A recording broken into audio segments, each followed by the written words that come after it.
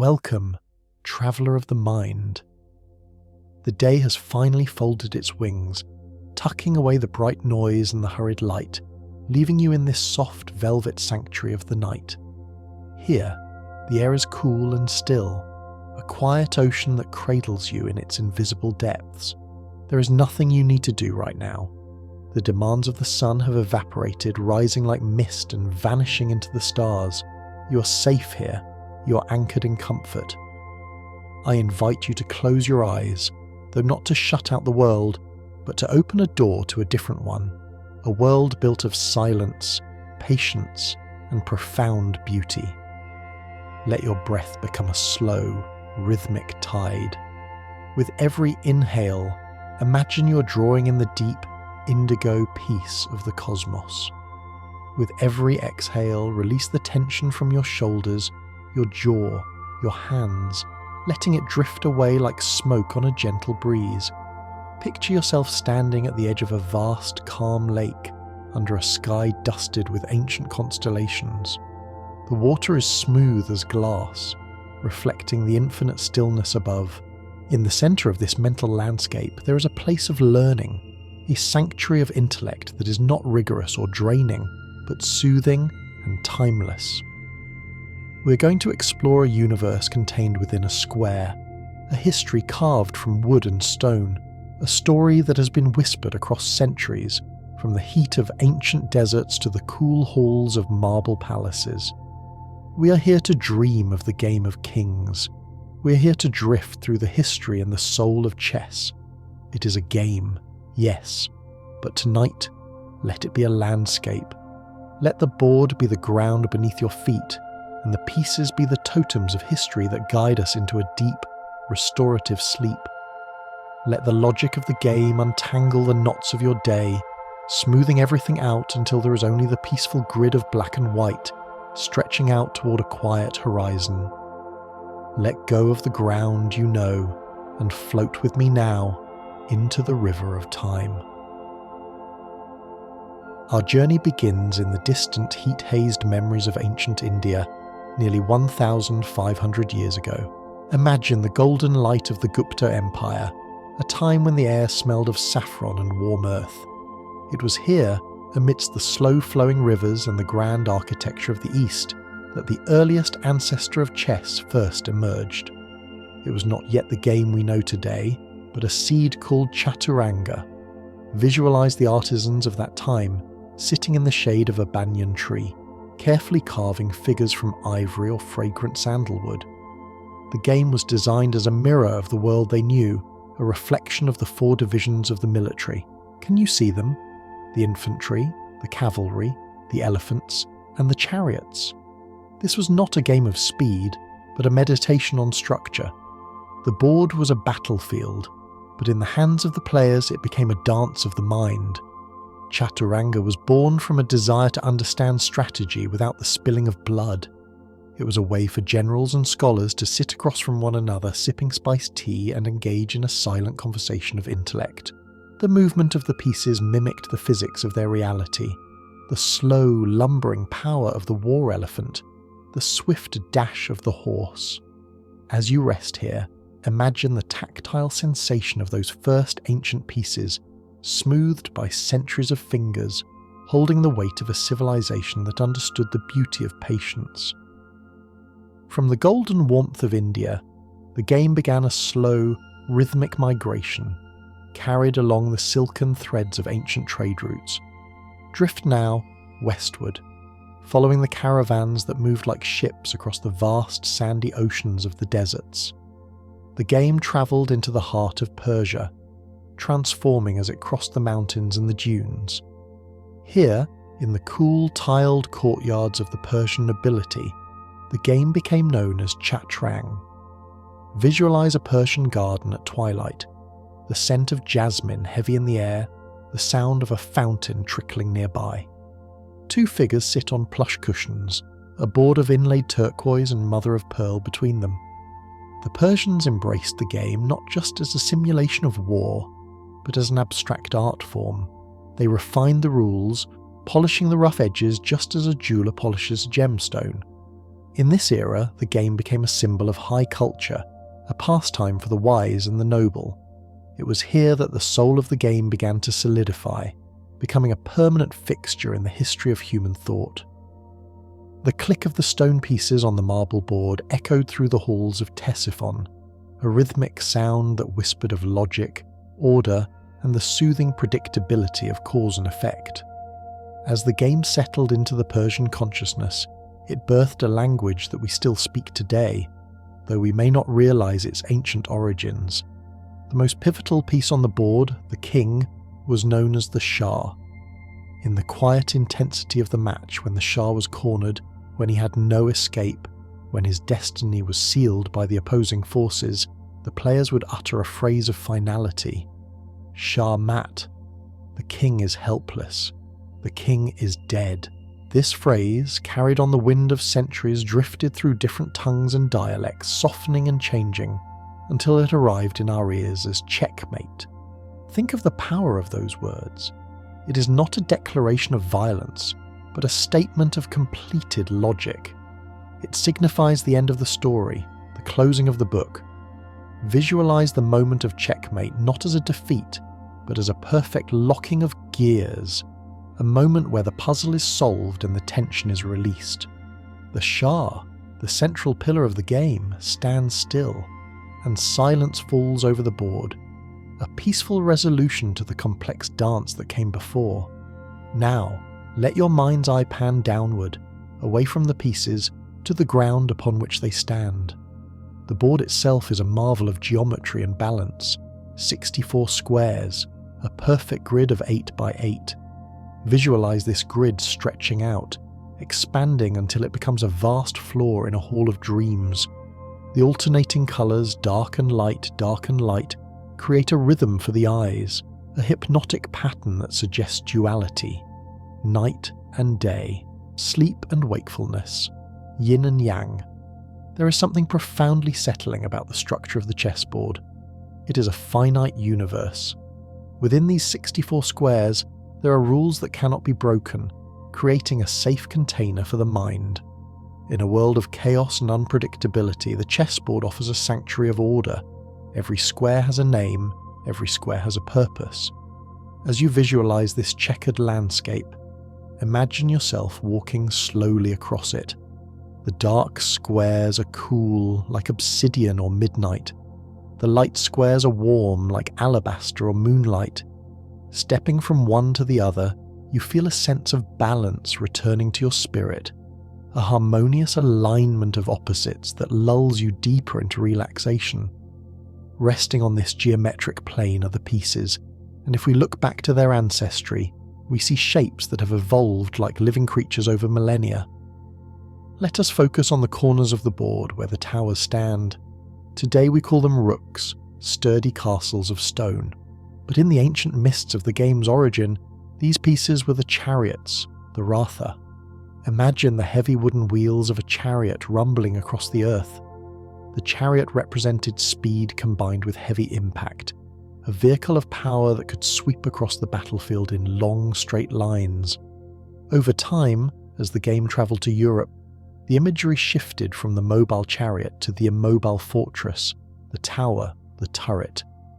Yet, the movement remained the same, long, straight, unyielding paths. The rook is the anchor, it represents stability. When you think of the rook, feel the solidity of a stone tower that has stood for 1,000 years, weathering storms and time. It is a grounding force, heavy and secure, protecting the edges of your mind just as it protects the edges of the board. Standing in front of these towers, forming a wall of protection, are the pawns. They are the foot soldiers of this silent army, the most numerous and the most humble. But do not underestimate the spirit of the pawn. Visually, they are small, often smooth and rounded like pebbles found on a riverbank. They represent the potential within the ordinary. A pawn can only move forward, never backward. It is a symbol of bravery and inevitable progress. Step by step, square by square, it marches into the unknown. There is a deep, quiet ambition within the pawn. It dreams of the other side of the world.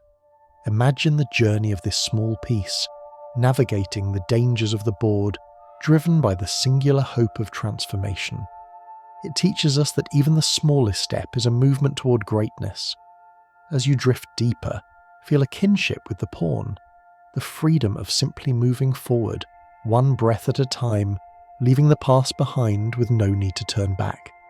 Among the ranks, there is one piece that moves unlike any other, defying the linear gravity of the grid: the knight. In the ancient game, this was the horse, the cavalry, and it retains the spirit of the gallop. While other pieces slide in straight lines or diagonals, the knight leaps. It dances in an L shape, a unique cadence that allows it to vault over obstacles. Picture a magnificent steed, muscles rippling, jumping over a wall of stone. The knight represents lateral thinking, the ability to see around corners, the freedom to escape a blockade by rising above it. There is a playful energy to the knight, a rhythmic clop clop clop in its movement that breaks the silence. It is the only piece that is not blocked by those around it. It possesses the power of flight, however brief. In your mind, trace the movement of the knight.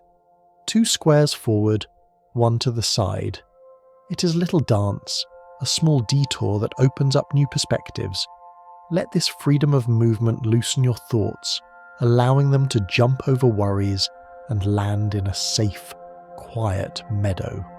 Beside the king stands the piece that has undergone the most dramatic metamorphosis of all. Today, she is the queen, the most powerful force on the board, combining the strength of the rook and the bishop. She can glide across the entire world in a single turn, but she began her existence as the mantri, or the vizier, a wise counselor who could only move one single diagonal step at a time. For centuries, this piece was weak, a whisperer in the king's ear rather than a warrior. It was in the courts of Europe, perhaps inspired by the rise of powerful female monarchs like Isabella of Spain, that the rules changed. The vizier threw off the heavy robes of the counselor and donned the crown of the queen. Suddenly the board opened up. The queen became a force of pure energy, commanding the vertical, horizontal, and diagonal lines. Visualize her gliding effortlessly across the black and white floor, a figure of grace and unlimited reach. She represents the unleashing of potential, the realization that what was once limited can become boundless. Her presence on the board is a reminder of the latent power that sleeps within, waiting to be awakened. Let us drift now to the physical sensation of the game, the tactile nature of the pieces themselves. Chess is not just a visual experience, it is a feeling in the hands. Imagine reaching out and picking up a chess piece. Perhaps it is made of Staunton wood, heavy boxwood or dark, rich ebony. Or perhaps it is cool, smooth marble, or even hand-carved bone. Feel the weight of it in your palm. There is a specific, satisfying density to a well-made chess piece, often weighted with lead at the base to make it stand firm. Rub your thumb over the smooth curve of a bishop's mitre, or the jagged mane of a knight. When you place the piece on the board, there is a sound, a soft, muffled thud if the board is wood and the piece is felted, or a sharp, resonant clack if it is stone on stone. This sensory detail anchors you in the moment. The texture of the wood grain, the coolness of the lacquer, the soft velvet felt on the bottom of the piece. These are the textures of focus and calm. It is a tactile connection to a tradition that has been touched by millions of hands before yours. Finally, as we float in this river of logic and dreams, consider the scope of the game itself. It is said that there are more possible iterations of a chess game than there are atoms in the observable universe. This is known as the Shannon number. Pause and let that vastness wash over you. A simple board of 64 squares, 32 pieces, and yet it contains a magnitude of possibilities that dwarfs the stars in the sky. This is not a thought to overwhelm you, but to comfort you. It means that the game is inexhaustible. It means that within this small, safe box, there is infinite variety. Every game is a new universe, born from the silence of the starting position. It is a reminder that even in a limited space, creativity is boundless. You could play for 1,000 lifetimes and never repeat the exact same journey. Let your mind expand into this infinity, floating in the space between the stars and the squares, held by the knowledge that there is always something new to discover, always another move to be made in the quiet, endless game of the cosmos. From that dizzying expanse of infinite possibilities, let your mind gently contract, floating down from the cosmic scale to the intimate quiet of a candlelit room.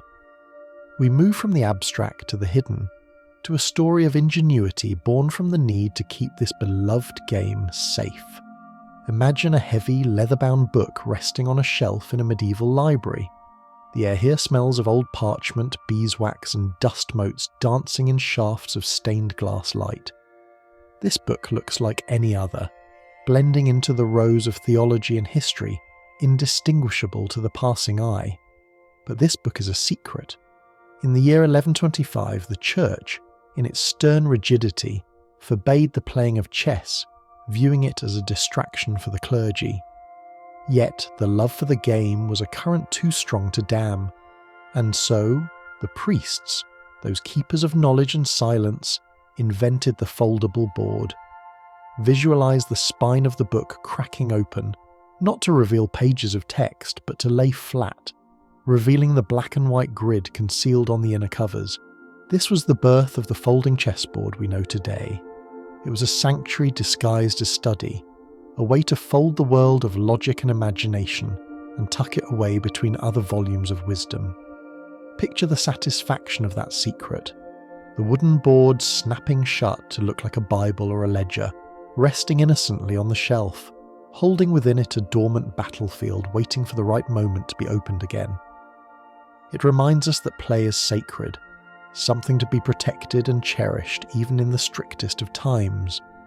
Drift with me now, away from the warm, dry air of the library, and let the wind pick up, carrying the scent of salt and cold spray. We travel north, far north, to the desolate and beautiful Hebrides of Scotland. It is the year 1831, and we're standing on a dune at Uig, on the Isle of Lewis. The sand here is pale and fine, shifting under the coastal gales. Buried beneath this sand, hidden in a small stone chamber for centuries, lay a hoard of history that would captivate the world, the Lewis chessmen. Visualize these figures as they are pulled from the earth, not the abstract smooth shapes we play with today, but distinct little people carved from walrus ivory and whale teeth. They are Norsemen, crafted perhaps in Trondheim, frozen in time. Look closely at their faces in your mind's eye. They are comical, solemn, and deeply human. See the warders, the rooks of that time, biting the tops of their shields in a display of berserker fury, yet looking wide-eyed and anxious. See the queens, resting their chins in their hands, staring out with an expression of eternal contemplation, perhaps bored, perhaps deep in thought. The ivory is smooth, yellowed by age and the oils of the earth, cool to the touch. These pieces connect us to the Vikings who sailed the rough seas, who sat by roaring fires in longhouses, laughing and playing as the storms raged outside. Holding the image of a Lewis chessman is like holding a piece of the human spirit, war and play, humour and seriousness, carved from the teeth of sea giants and left for us to find in the dunes of time. The wind of the Hebrides fades, replaced by the hushed, expectant murmur of an imperial court in the 18th century.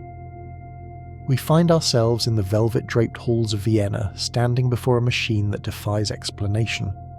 This is the era of wonder, of clockwork and curiosities.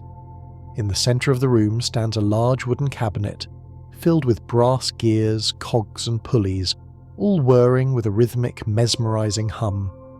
Seated behind it is a life-sized figure dressed in Ottoman robes, known to the world as the Mechanical Turk. For decades, this automaton enchanted emperors and scientists alike, from Maria Theresa to Benjamin Franklin. It played chess with a skill that seemed impossible for a machine of that age. Watch the Turk's mechanical arm rise, the stiff, jerky movement as it hovers over the board, the wooden fingers grasping a piece and moving it with decisive accuracy. The audience gasps, the sound of crinoline rustling and fans snapping shut. It was a beautiful illusion, a dream of artificial intelligence centuries before its time. Of course, we know now that a human master was hidden inside the cabinet, cramping their legs among the faux machinery, guiding the arm by candlelight and magnets. But let us not focus on the trick, let us focus on the dream. The Turk represented humanity's desire to create a mind outside of itself, to see our own logic reflected in wood and metal. It was a magic show of intellect, a performance where the line between man and machine first began to blur, accompanied by the soft, hypnotic clicking of gears turning in the dark. The illusion of the machine fades, and we drift forward to the mid-19th century, to a time of iron and glass. We're in London, 1851. The Great Exhibition is underway, and the sunlight streams through the translucent ceiling of the Crystal Palace, illuminating the first modern international chess tournament. But there is a stillness here that is almost heavy.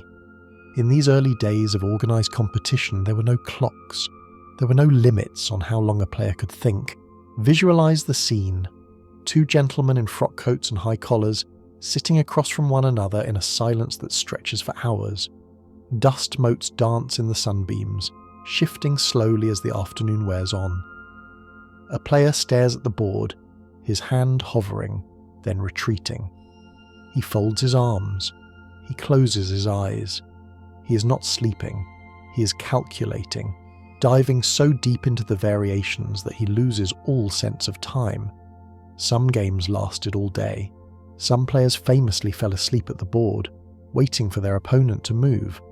It was a test of endurance as much as skill, a slow-motion battle where patience was the only weapon. Imagine the luxury of that time, to have nowhere to be, to have permission to sit for 4, 5, 6 hours, contemplating a single move. It is a pace of life we have forgotten, a deep languid river of thought that flows without the pressure of the ticking second hand, allowing the mind to fully inhabit the silence. But time, like a river, must eventually be measured.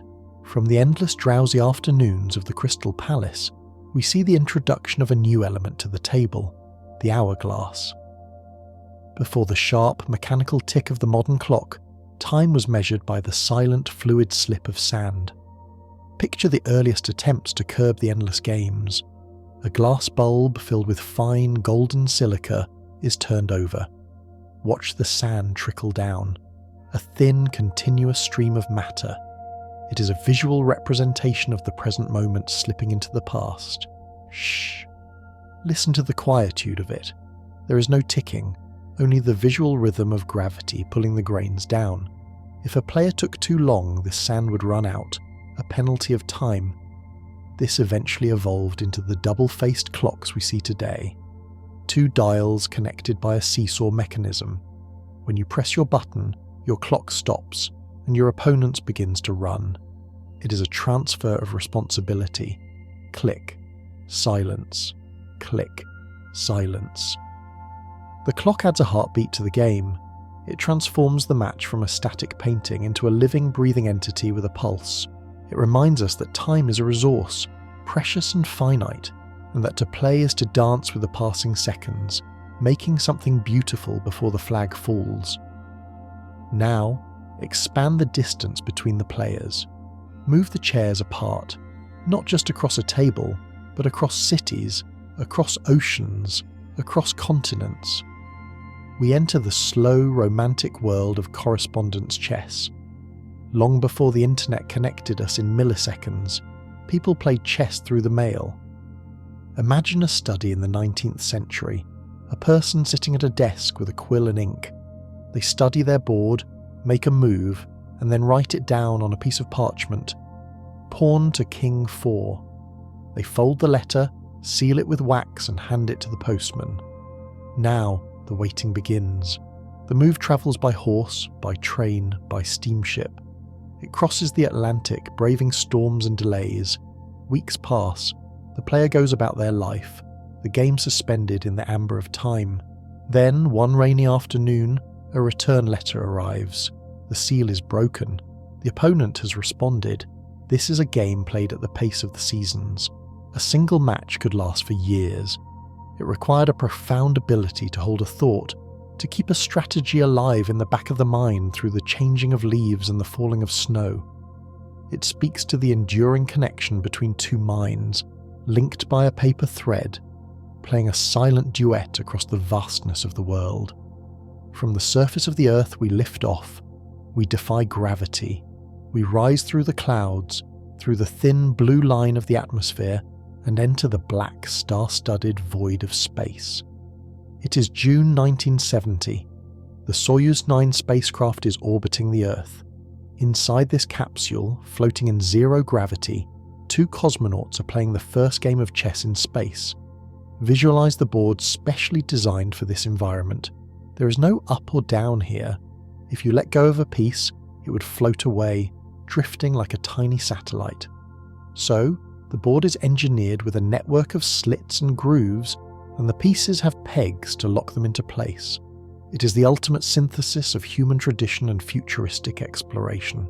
As the cosmonauts contemplate their moves, they look out the porthole and see the curvature of the Earth, a blue marble swirling with white clouds, silent and majestic. They are playing the ancient game of kings while floating in the heavens. This image anchors us in the universality of the game, that even when we leave our home planet, we take our logic, our culture, and our need for play with us, carrying the checkered board into the stars. We descend from orbit, landing softly in the era of silicon and circuits. We find ourselves in a room bathed in the cool blue glow of monitors. The year is 1997. The air conditioning hums a low, steady drone. Sitting at the board is the world champion, Garry Kasparov, a man of intense emotion and human brilliance. Across from him sits not a person, but a representative for a machine, Deep Blue. This was the moment the tectonic plates of intelligence shifted. Deep Blue was a supercomputer, a black monolith of calculation capable of processing 200 million positions per second.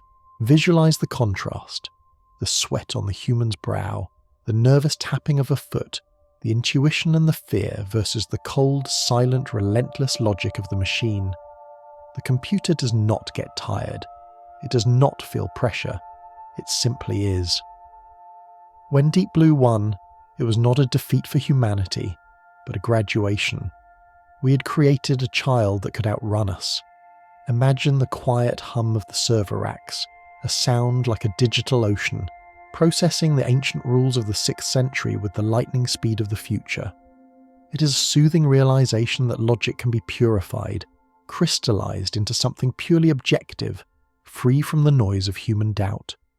From the cold logic of machines, we move to the warm, cluttered warmth of a family home in Budapest. We are entering the world of the Polgar sisters. It is an experiment in love and dedication. A father, Laszlo, believed that geniuses are not born but made. He turned his home into a sanctuary of learning. Imagine an apartment where the walls are lined with thousands of chess books, their spines cracked and worn. Maps of the world and portraits of past champions look down on 3 young girls playing on the carpet. The atmosphere here is one of intense, joyful focus. There is no distinction between play and work. Susan, Sophia, and Judith. They spent their childhoods immersed in the language of the board, internalizing the patterns until they were as natural as breathing. Visualize the youngest, Judith, with red hair and fierce determination, sitting across from grandmasters, her feet barely touching the floor. This story tells us about the plasticity of the human mind. It is a comforting thought, that with enough love, enough time, and enough quiet dedication, any of us can shape our minds into instruments of mastery. The Polgar home was a cocoon, a safe harbour where potential was nurtured until it blossomed into a force that would change the history of the game forever. Finally, we drift back to London, to 1851, to witness a specific moment of artistic perfection. This is the immortal game. The players are Adolf Anderssen and Lionel Kieseritzky, but this is not just a game, it is a painting created in real time. In this era, chess was romantic. It wasn't about grinding out a small advantage, It was about glory, style, and beauty. Visualize the board as the game progresses. Anderson begins to give his pieces away. He sacrifices a bishop, then the other bishop, then a rook, then the other rook. The audience watches in stunned silence. Is he losing? Is he mad? No, he is painting a masterpiece. He sacrifices his queen, the most powerful piece on the board, simply to open a line of attack. He is stripping away the material world to reveal the pure spiritual truth of the position. In the end, with almost no pieces left, he delivers checkmate with 3 minor pieces. It is a triumph of spirit over matter. It teaches us that sometimes, to achieve the ultimate goal, we must be willing to let go of everything we think we need. We must be light, unburdened, and willing to sacrifice the heavy things to find the beautiful, weightless conclusion. Let the beauty of that sacrifice wash over you, a reminder that in the end, it is not what we hold on to that matters, but the elegance of the moves we make. The elegance of that sacrifice, the willingness to let go of the material to gain the spiritual, lingers in the air like a fading chord. Let us follow the resonance of that era, drifting away from the abstract beauty of the board and into the physical warmth of the places where these romantic ideals were nurtured. Float with me now through the fog of Victorian London, down the bustling streets, until we arrive at a sanctuary of leisure and intellect, Simpson's in the Strand. In the 19th century, this was not merely a restaurant, it was the Grand Divan, the beating heart of the chess world. Visualize the interior, rich and enveloping. The walls are panelled in dark, polished mahogany, absorbing the murmur of hushed conversations. The air is thick and sweet, scented with the aroma of roasting beef, dark coffee, and the faint aromatic haze of expensive cigars. Gentlemen in frock coats and silk hats sit in plush leather armchairs, sinking into the comfort of the afternoon. There is a slowness here that defies the hurry of the city outside. Waiters in long aprons move silently across the floor, carrying silver trays that glint in the gaslight. Imagine sitting at one of these marble-top tables. You're not just playing a game, you are participating in a ritual of high society. Admission was 1 shilling, a small price for entrance into a temple of thought. Here, the game was played over cups of tea and slices of cake, a civilized duel amidst the clatter of fine china. The divan was a place where time thickened, where the hours of the day dissolved into the 64 squares. It reminds us that chess has always been a communal solace, a way to be alone with one's thoughts, while surrounded by the comforting presence of others, all united by the shared language of the wooden pieces. From the haze of the divan, a figure emerges, a man who would change the soul of the game forever. His name was Wilhelm Steinitz, and he is known as the first official world chess champion. Before him, the game was a flurry of attacks, a romantic gamble like the immortal game we just witnessed. But Steinitz brought something new, the calm, cold stability of science. Picture a man with a flowing beard and intense eyes, sitting like a philosopher amidst the chaos. He viewed the board not as a canvas for art, but as a structure of engineering. He introduced the concept of positional play. Imagine the difference between a firework and a brick wall. The romantics were fireworks, bright, explosive, and fleeting. Steinitz was the brick wall, slow, methodical, and unbreakable. He taught the world to accumulate small advantages, a slightly better pawn structure, a slightly more active knight. He showed that you did not need to destroy your opponent in a blaze of glory. You simply had to improve your position, brick by brick, until your victory was inevitable. As you rest, let this concept soothe you. The idea that you do not need to make grand, dramatic gestures to succeed. Small, steady improvements, patience, and structural integrity are enough to weather any storm and build a lasting triumph. The pendulum of history swings from the scientific rigor of Steinitz to the natural flowing genius of his successor, the Cuban prodigy José Raúl Capablanca. If Steinitz was the engineer, Capablanca was the river. Born under the warm Caribbean sun, He learned the game at the age of 4 simply by watching his father play. He never studied books. He never laboured over complex theories. The game simply lived inside him. Visualize his style as a piece of music. Mozart played on a piano of ebony and ivory. Capablanca played with a terrifying speed and a lazy elegance. He was known as the human chess machine, not because he was robotic, but because he was flawless. He famously said, "I see only one move ahead, but it is always the correct one." Imagine the relief of that simplicity. In a world of overthinking, of anxiety about the future, Capablanca represents the power of intuition. He didn't struggle, he didn't doubt, he simply saw the truth of the position and played it. His specialty was the endgame, the final phase where the board is empty and clear. Watch his hands moving the pieces, smoothing out the complications until the board is reduced to a state of perfect clarity. Resting in the spirit of Capablanca means trusting your own nature, believing that deep down you already know the right move, and you can flow towards it with the effortless grace of water moving downhill. Now, let us turn our gaze inward. Close your physical eyes and open the eyes of the mind. We are entering the realm of blindfold chess. This is perhaps the most mystical feat in the game's history, a practice that dates back to the ancient Arabs and was perfected by masters like Philidor and Najdorf. Imagine sitting in a dark, quiet room. There is no board in front of you. There are no pieces to touch. Yet, in the theatre of your mind, a grid glows with a soft phosphorescent light. You can see every square, every diagonal, every pawn. This is the amber palace of memory. Players of blindfold chess can hold entire games, sometimes dozens at once, purely in their heads. It speaks to the incredible expansive power of human visualization. Think of the Polish grandmaster Miguel Najdorf, who, in 1939, found himself stranded in Argentina as the world fell into war. To communicate with his family back home, hoping they would read about it in the newspapers, he played 45 games simultaneously, blindfolded. He sat in a chair for nearly 24 hours, navigating 45 different universes in his mind, driven by love and the desperate hope of connection. As you drift, realize that your mind is a sanctuary as vast as this. You have the power to build castles, to construct safe havens, to visualize perfect peace within yourself, independent of the external world.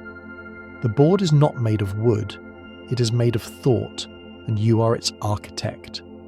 From the abstract mind, we zoom down to a very specific, quirky rule on the physical board, a rule that feels like a glitch in the matrix, a phantom movement. It is called en passant. The term is French, meaning in passing. It is the only move in chess where a piece captures another without landing on the square the victim occupied. Visualize this. A white pawn rests on its 5th rank. A black pawn, brave and eager, tries to bypass it by moving 2 squares forward on its first turn, landing right next to the white pawn. It thinks it has escaped confrontation. It thinks it is safe. But the rules of chess are subtle.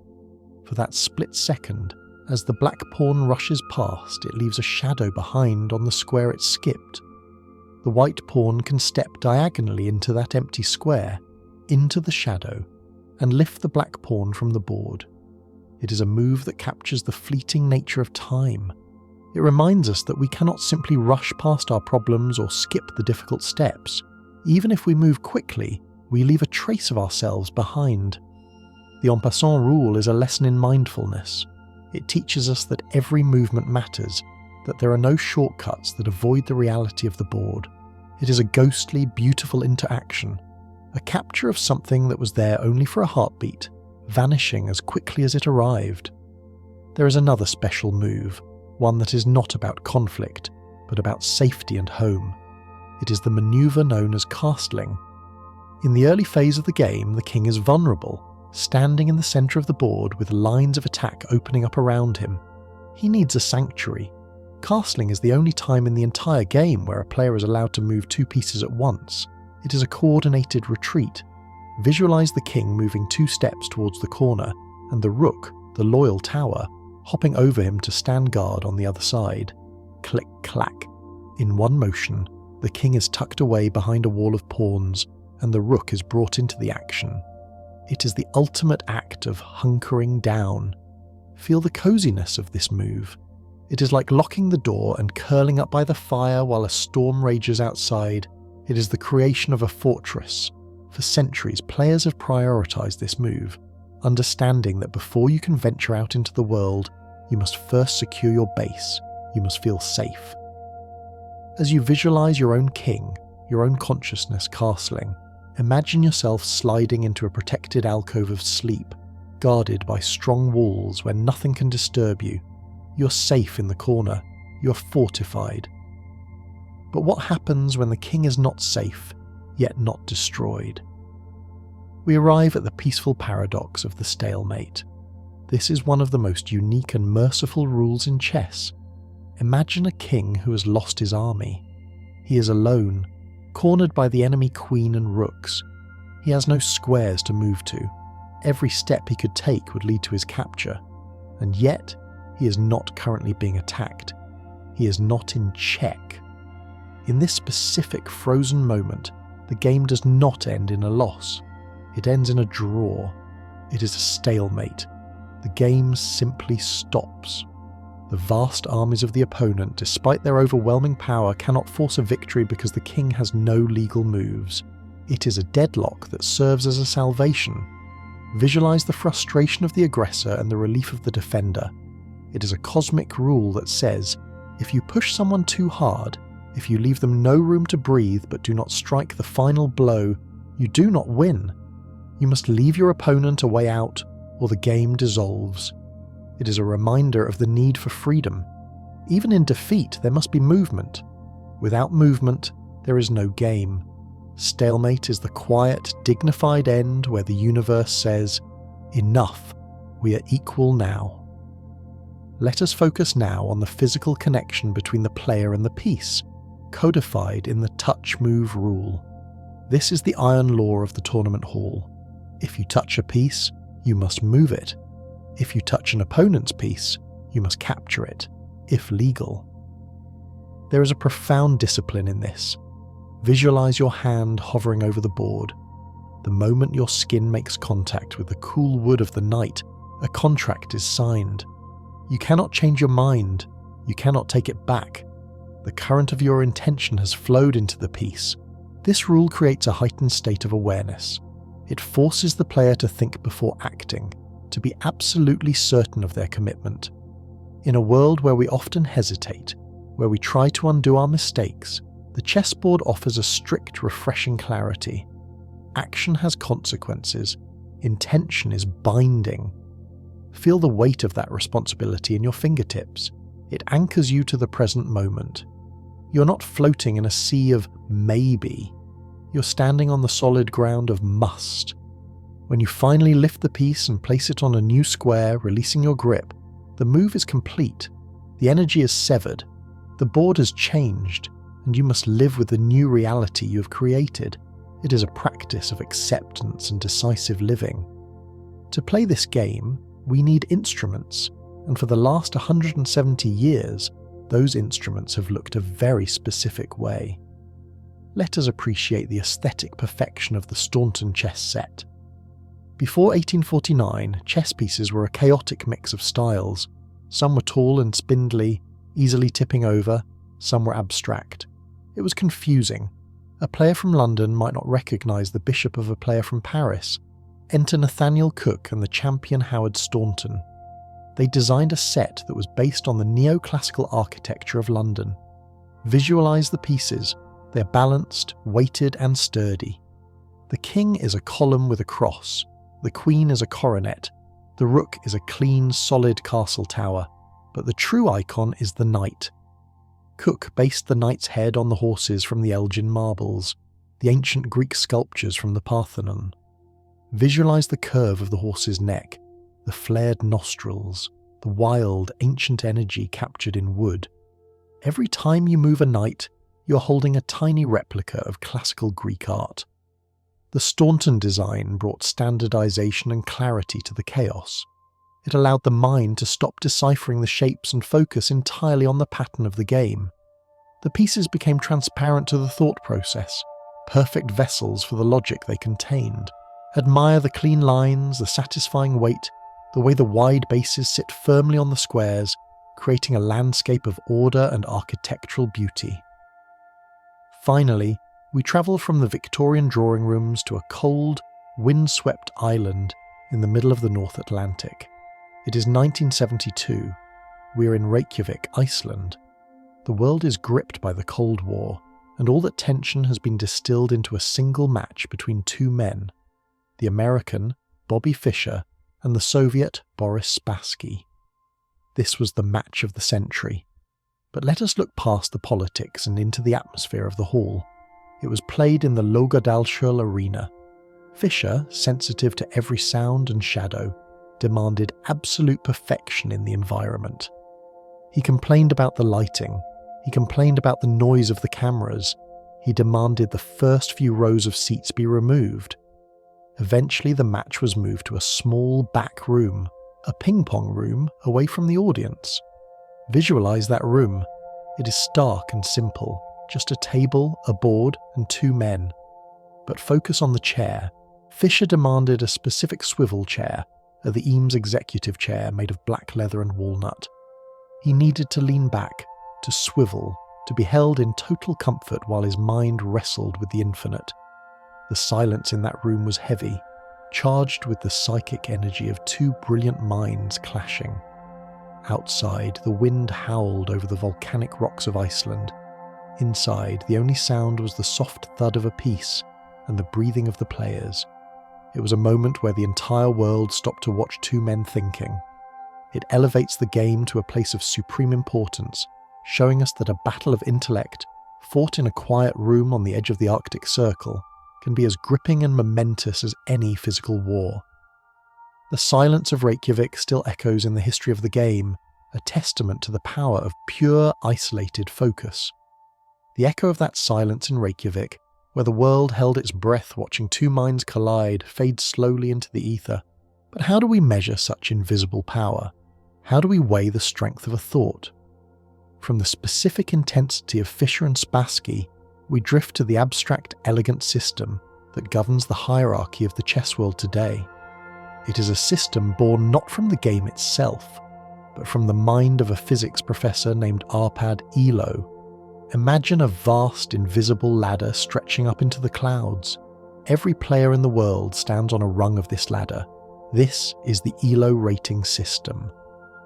Before Professor Elo, a Hungarian-American master of statistics, ranking players was a chaotic, subjective affair, much like debating who is the best painter or the finest poet. But Elo saw the world through the lens of probability, through the graceful curve of the bell jar. He realized that a player's performance is a variable, fluctuating like the tide, but centering around a true average. Visualize this rating not as a cold number, but as a living aura of potential. A beginner starts at the base, amidst the crowded, energetic masses. As they learn, as they grasp the patterns of the board, they climb. 1200, 1500, 2000. To reach 2800 is to stand in the rarefied air of the gods, a height where the oxygen is thin and the view is infinite. The beauty of the Elo system is its fairness. It is a self-correcting organism. If a lower-rated player defeats a giant, they absorb a significant portion of the giant's points, a transfer of energy and status. It is a mathematical karma, a constant balancing of the scales, ensuring that everyone eventually settles exactly where they belong in the great shifting hierarchy of the mind. At the very summit of this ladder, there exists a title that carries with it the heavy velvet weight of history and prestige, the Grandmaster. It is a word that conjures images of grey-bearded wizards and ancient tomes, but its origin story takes us to a specific moment of imperial grandeur. Float back in time to the year 1914. We are in St. Petersburg, Russia, in the twilight of the Tsarist Empire. The city is a winter wonderland of frozen canals and golden spires. Inside the lavish halls of the chess tournament, the air is warm and scented with tea and expensive tobacco. Tsar Nicholas Thecke is the patron of this gathering. As the tournament concludes, he is so moved by the brilliance of the 5 finalists, Lasker, Capablanca, Alekhine, Tarash, and Marshall, that he decides to bestow upon them a title worthy of their art. Visualize the scene: the Tsar, dressed in his military finery, standing before these intellectual titans. He decrees them grandmasters of chess. It was a knighthood, not of the sword, but of the intellect. Since that day, the title has become the ultimate goal for every child who touches a pawn. It is a lifetime achievement, a badge of honour that says you have mastered the 64 squares. To be a grandmaster is to join a lineage that stretches back to that frozen Russian winter, a brotherhood and sisterhood of the mind that transcends borders and languages, united by the gold standard of excellence set by an emperor over a century ago. Now imagine a different kind of spectacle, one that defies the one-on-one nature of the game. Picture a large, high-ceilinged hall. In the centre, there is an emptiness, a void. Surrounding this empty space, arranged in a perfect large square or circle, are 30, 40, perhaps 50 tables. On each table sits a chessboard. Behind each board sits a hopeful player, amateurs, club players, enthusiasts. This is the simultaneous exhibition, or the simul. Inside the circle stands a single person, the master. The geometry of this event is hypnotic. The master begins at the first board, shakes hands, makes a move, perhaps moving the king's pawn forward, and then steps to the right. Step, move, step, move, step, move. The rhythm is steady, like the ticking of a slow clock. The master walks miles during a simul, circling the room like a planet orbiting a star, or a shark circling a school of fish. For the players seated at the perimeter, there is a long, anxious wait as the master completes the circuit. They have minutes to think, to sweat, to plan their response. But for the master, there is no time. They arrive at the board, absorb the complex pattern in a split second, strike with their move, and flow to the next. It is a display of pure pattern recognition, a flow state where the conscious mind shuts off and instinct takes over. Visualize the fluid motion of the master's hand, the repetitive sound of pieces clacking down, the shuffle of feet, a mesmerizing dance of one mind engaging with 50 others, weaving a web of logic around the entire room. From the endurance of the simul, we can track to the blink of an eye swiftness of the shortest possible game. In the lexicon of chess, this is known as the fool's mate. It is a tragedy in 2 acts. It is a cautionary tale whispered to beginners, a reminder that disaster can strike when we are careless, even for a moment. The board is set. The pieces are aligned. The air is full of potential. White, perhaps feeling overconfident or simply confused, moves the pawn in front of the bishop 2 squares. It opens a dangerous diagonal. Black responds by opening a path for the queen. White, compounding the error, moves the knight's pawn forward. And then, like a bolt of lightning, the black queen swoops down to the edge of the board. Checkmate. 2 moves. It is over before the coffee has even cooled. The king is trapped, hemmed in by his own loyal soldiers, suffocated by the very pieces meant to protect him. The visual of the fool's mate is distinct, a slashing diagonal cut across the board, exposing the soft underbelly of the position. It serves as a Zen slap to the face of the player, a lesson that the game requires total presence from the very first breath. It teaches us that structure matters, that opening the wrong door can let the storm in immediately. It is the shortest story chess can tell, a haiku of defeat that lingers in the memory forever. Contrast this fleeting moment with its polar opposite, the marathon. We travel to Belgrade in 1989. The world outside is changing, but inside the tournament hall time has stopped. Ivan Nikolic and Goran Arsovic are locked in a struggle that defies the limits of human endurance. This is the longest recorded chess game in history. Visualize the slow procession of the sun across the sky, casting long shadows that stretch, shorten, and stretch again. The game begins in the daylight. It continues as the evening falls. It stretches into the deep, silent hours of the night. 269 moves. Most games end around move 40. This game goes on and on and on. The board has been stripped of almost all its life. There are no queens, no knights, no pawns to promote. It is an endgame of rook and bishop against rook. A theoretical draw, yet they play on, searching for a ghost of a chance, a microscopic slip.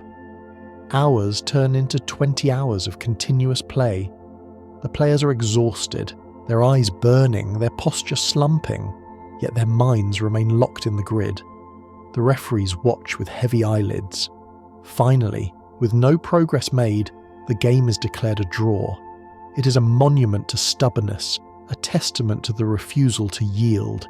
As you drift, feel the weight of those 269 moves, a heavy, slow-moving river of logic that eventually pools into a peaceful, still lake of equality.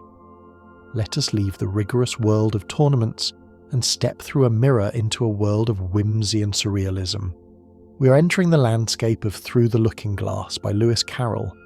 Many know the story of Alice, but few realise that the entire land she explores is a giant country-sized chessboard. Lewis Carroll, a mathematician and lover of logic, designed the story as a living game. Visualise the countryside not as fields and hills, but as squares separated by bubbling brooks and straight green hedges. Alice starts as a white pawn. Her goal is to travel across the 8 ranks, the 8 brooks, to reach the 8th square and become a queen. As you float over this imaginary land, look down. You see the Red Queen, careening constantly just to stay in one place. You see the White Knight, clumsy and inventive, falling off his horse, a perfect representation of the awkward L-shaped movement of the piece. You see the Red King sleeping deeply in the forest, dreaming the entire world into existence. It is said that if he wakes, the dream ends, and Alice, and everyone else, will flicker out like a candle. This story anchors the game in the realm of dreams. It suggests that perhaps we're all just pieces on a board much larger than we can perceive, moving one square at a time, hoping to reach the end of the board and transform into something magnificent. From the expansive fields of Wonderland, we experience a specific, claustrophobic psychological state known as Zugzwang. The word is German, heavy and sharp on the tongue. It translates roughly to compulsion to move. Imagine you are safe. Your position is solid. If you could simply do nothing, if you could just say pass and let your opponent move again, you would be fine. But the rules of chess are cruel in this regard. You must move. It is your turn and the clock is ticking. But here is the horror. Every single legal move you have destroys your position. If you move your king, you lose a tower. If you move your knight, you get checkmated. If you push a pawn, it is captured. You are paralysed not by a lack of options, but by the toxicity of them. Zugzwang is the feeling of being squeezed. It is a tightening of the chest. It is the moment when the freedom to act becomes a curse. In the narrative of the game, it is a dramatic climax, a moment where the opponent has woven a net so tight that your own obligation to play becomes your downfall. Yet, in this sleep state, let Zugzwang be a release. You do not have to move. You're not on the clock. You can simply stay here, perfectly still, perfectly safe, free from the compulsion to act. We drift now to the warm, sun-baked streets of Zafra, Spain, in the mid-16th century. We are following the footsteps of a priest named Ruy López de Segura. He's a man of the cloth, wearing heavy robes, walking through the cool stone arches of a Spanish cathedral. But his mind is not on scripture, it is on the board. In 1561 he wrote a book of the liberal invention and art of the game of chess. He is the father of opening theory.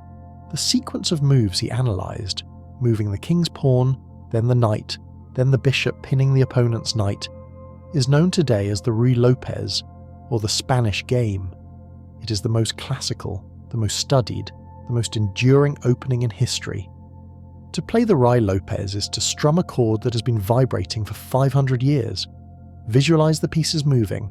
Pawn to e4, pawn to e5, knight to f3, knight to c6, bishop to b5. It is a dance as familiar as a heartbeat. It feels like home. The opening is rich, complex and strategic, much like the Baroque architecture of the time. It invites a game of slow maneuvering, of deep plans, echoing the patience of a priest writing by candlelight, laying down the foundations that millions would build upon for centuries to come. Deep within the history of the game lies a legend about its very creation, a story that connects the wooden board to the dizzying scale of mathematics. It is the story of the inventor, Ctesiphon, and the King of India. The king was so delighted by the new game that he offered Ctesiphon any reward he desired. Ctesiphon, a humble and wise man, asked for something seemingly simple. "My king," he said, "place 1 grain of wheat on the first square of the board, then place 2 on the second, 4 on the third, 8 on the fourth. Keep doubling the amount until the last square." The king laughed. "Is that all? A sack of wheat?" He ordered his treasurers to fulfill the request, but as they began to count, the numbers grew terrifying. 1, 2, 4, 8, 16, 32. By the time they reached the middle of the board, the amount exceeded the harvest of the entire kingdom. By the 64th square, the number was astronomical. 18 quintillion grains. A mountain of wheat that would cover the entire earth. This legend asks us to visualize the texture of the grain, the golden husks, the small, hard seeds. It reminds us of the power of exponential growth, how something small and simple, when doubled and repeated, becomes infinite. It is a meditation on abundance. The chessboard is not just a battlefield. It is a generator of infinity, a cornucopia that spills over with possibilities that the human mind can barely comprehend. Finally, we leap from the ancient grain to the digital synapse, to the current frontier of the game. We have spoken of Deep Blue, the brute force calculator. But today, there is a new entity, a new kind of mind, Alpha Zero. Unlike its predecessors, Alpha Zero was not taught the rules of strategy by humans. It was simply given the rules of the pieces and told to play against itself. In just 4 hours, playing millions of games against its own shadow, it taught itself centuries of chess wisdom. But then, it did something magical. It began to play in a way that no human and no computer had ever played before. Visualize an alien intelligence, one that does not care about material wealth. It sacrifices pawns, bishops, even rooks, not for a tactical trick, but for long-term activity. It plays with a freedom and a beauty that brings tears to the eyes of grandmasters. It moves its rook to the side of the board, a rook lift, blocking its own pawns, a move that looks absurd to a human, yet 10 moves later proves to be the decisive stroke of genius. Alpha Zero plays like a poet from another dimension. It shows us that we have only scratched the surface of this game. It suggests that there is a truth to chess that is higher than our logic, a beautiful, fluid, intuitive truth that exists in the silicon dreams of a machine. It is a comforting thought to end on, that even in a game we have played for 1500 years, there is still mystery, there is still wonder, and there are still new, beautiful moves waiting to be discovered in the silence of the future. From that silence of the future, where machines dream of beautiful geometries, we drift back to the human touch, to a moment of supreme subtlety that exists on the board. We move from the noise of battle to the profound stillness of the quiet move. In the clamour of a typical game, we often look for the loud moments, the capture, the check, the direct threat. These are the cymbals and drums of the orchestra. But the quiet move is the pause between the notes. Visualize a position where the tension is high, where blades are crossed. Instead of striking, a player gently nudges their king 1 square to the side, or slides a rook a single inch to the left. It creates no immediate threat. It captures nothing. To the untrained eye, it looks like hesitation, but in reality, it is a deep, thunderous preparation. It is the drawing of a breath before the plunge. It is prophylaxis, the prevention of a threat that has not yet happened. Feel the wisdom in this. It teaches us that sometimes the most powerful thing you can do is simply to wait, to improve your position by a fraction, and to let your opponent collapse under the weight of their own aggression. It is the peace of the mountain that waits for the storm to pass, unmoving and eternal. In this atmosphere of quiet tension, a voice occasionally breaks the silence, uttering a single ritualistic phrase, J'adoube. It is French, whispering through the centuries, meaning I adjust. Picture the tactile sensation of a chess piece that is slightly off-center. It sits crookedly on its square, crossing the line, disturbing the perfect harmony of the grid. It creates a subtle visual itching in the mind. The player reaches out not to move the piece to a new square, but to center it, to fix the world. As they touch the cool wood or plastic, they whisper, J'adoube. It is a spell of restoration. It allows for contact without commitment. Think of the satisfaction of that adjustment, the feeling of sliding the king so he stands perfectly in the middle of his domain, aligned with the universe of the board. It is a moment of caretaking. It reminds us that before we can move forward, we must ensure that where we stand right now is solid and true. We must tidy our own house, centering ourselves in the present moment before we look to the horizon. Let the concept of J'adoube be a mantra for your sleep, a gentle adjustment of your pillow, your blanket, your thoughts, aligning everything until you are perfectly centered in the square of your rest. As we adjust the pieces, let us look at the ground beneath them.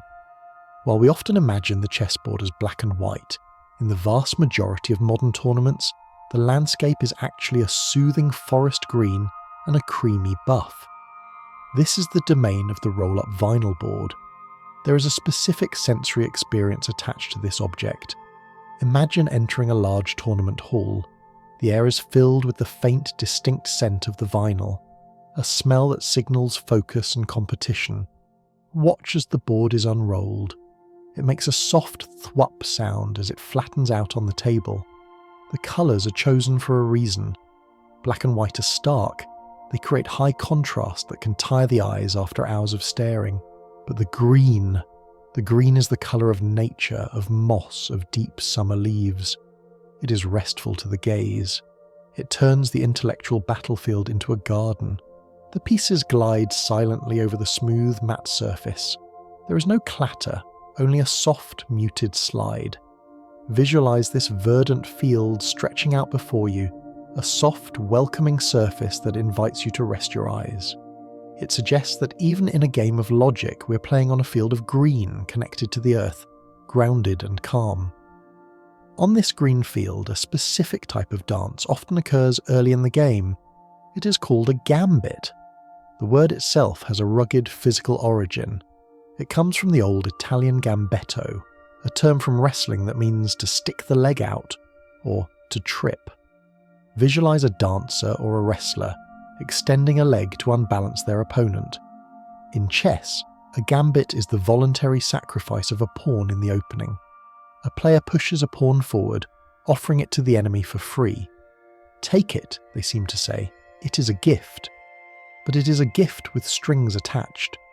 By accepting the pawn, the opponent must often move a piece out of position, or open a line of attack for the gambit player. There is a thrill in playing a gambit. It is a rejection of safety. It is a declaration that activity and speed are more valuable than material possessions. You're giving away a part of your wall to buy time and space. Feel the liberation of that choice.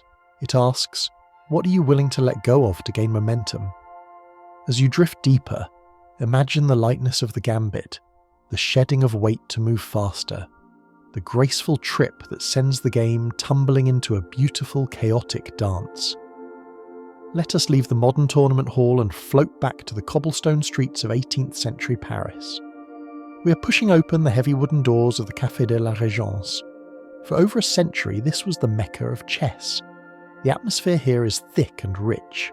The room is lit by the warm, flickering glow of tallow candles and oil lamps, casting long, dancing shadows against the walls. The air is hazy with the smoke of clay pipes, and the noise, it is a low, constant murmur of intellect and revolution. Look at the tables. There in the corner sits Voltaire, his eyes sparkling with wit as he moves a bishop. At another table, Benjamin Franklin is leaning forward, perhaps refining his essay on the morals of chess. Even Napoleon Bonaparte played here, sitting at a small marble table that still exists today. This was not just a place to play, it was a crucible of culture. The coffee was strong and black, the conversation was dangerous and brilliant. To be in the Café de la Régence was to be at the centre of the world's mind. Imagine the texture of the cool marble under your fingertips, the clinking of porcelain cups, the feeling of being surrounded by history's greatest thinkers, all united by the game. It is a cosy, crowded solitude, a place where you can be alone in your game, yet held in the warm embrace of humanity. From the crowded cafe, we move to the abstract geometry of the Knight's Tour. This is less a game and more of a mathematical meditation. Imagine a solitary knight standing on a board that is completely empty. The challenge is simple yet infinite. Can the knight visit every single one of the 64 squares exactly once, without ever landing on the same square twice? Visualize the path. The knight leaps, clip, clop, landing on white, then black, then white. A thread of light follows behind it, tracing a complex tangled web. It moves from the centre to the edge, from the corner to the heart. It is a labyrinthine journey.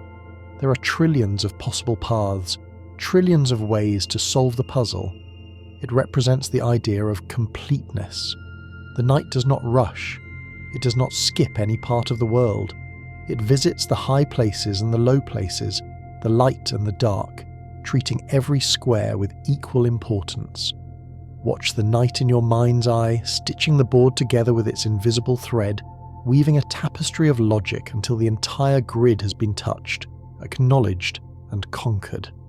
It is a rhythmic, hypnotic journey, a loop that closes perfectly, leaving you with a sense of total, finished satisfaction. Now consider the concept of the exchange. In chess, not all pieces are created equal. We assign them numerical values. A pawn is 1, a knight is 3, a rook is 5, the queen is 9. An exchange usually refers to a specific transaction, giving up a rook, valued at 5, to capture a knight or bishop valued at 3. On paper, this is a loss. You're losing 2 points of material. It is called losing the exchange. But in the hands of a master, this loss is often an illusion. Imagine trading a heavy, slow-moving castle for a swift, agile horse that can jump over walls. You have less weight, but you might have more life. This concept asks us to question the value of things. Is a heavy rook, trapped behind its own pawns, really worth more than a spirited knight that is controlling the centre? Sometimes, we must give up the thing that society says is more valuable to gain the thing that is actually more useful. It is a shedding of dead weight. Feel the lightness that comes with that trade. You're trading mass for energy, stone for spirit. It is a transaction of liberation, proving that true value depends on the context of the moment, not the label on the piece. We drift from the mechanics of the exchange to the psychological depths of literature. We find ourselves in the pages of The Royal Game, Schach Novelle, by Stefan Zweig. This novella is perhaps the most famous piece of fiction ever written about chess. The story takes place on a passenger liner crossing the ocean. It tells of a man, Dr. B, who was imprisoned in solitary confinement by the Nazis. In his total isolation, with nothing to look at but a blank wall, he stole a book of chess games. To survive the crushing nothingness, he began to play the games in his mind.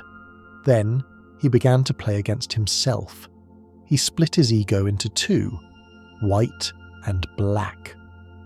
The game became his entire world, his sanity and his madness. It is a haunting, beautiful exploration of the mind's ability to create a universe out of nothing. It shows us that chess is a portable world. No matter where you are, no matter how trapped or alone you may be, if you have the game, you have an infinite expanse of freedom. The 64 squares became his meadow, his sky, his ocean. As you lie in the dark, remember that you too possess this inner vastness. You are the creator of your own landscapes, capable of building palaces of thought that no walls can contain.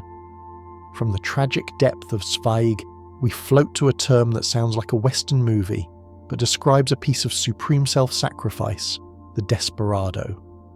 Imagine a piece, a knight or a bishop that is doomed. It is trapped. On the next turn, it will inevitably be captured. There is no escape. In most aspects of life, this is a moment of despair. But in chess, the desperado finds freedom in its doom. Since it is going to die anyway, it decides to sell its life as dearly as possible. It launches itself into the enemy lines. It captures a pawn. It checks the king. It disrupts the flow. It acts with total abandon. "Take me!" it cries, but in taking it, the opponent must ruin their own structure. The desperado runs wild, a ball of chaotic energy released from the fear of death. There is a wild joy in this concept. It is the energy of the supernova. It teaches us that as long as we are still on the board, we have power. Even in the face of the inevitable, we can make a mark. We can change the landscape. We can go out in a blaze of glory that alters the game forever. See the desperado piece glowing with this fierce bright light, a spark that refuses to be extinguished quietly. Finally, we come to rest on the concept of space. In the language of chess, space is not emptiness. It is territory. It is the amount of ground you control. Visualize the board as a map of land. When you push your pawns forward, you are pushing back the frontier. You're claiming the hills and the valleys. A player with a space advantage has room to maneuver. Their pieces can flow from one side of the board to the other with ease, like travelling on a wide open highway. The opponent, cramped and squeezed, is stuck in traffic, their pieces bumping into one another. Feel the sensation of having space. It is the feeling of a deep, full breath.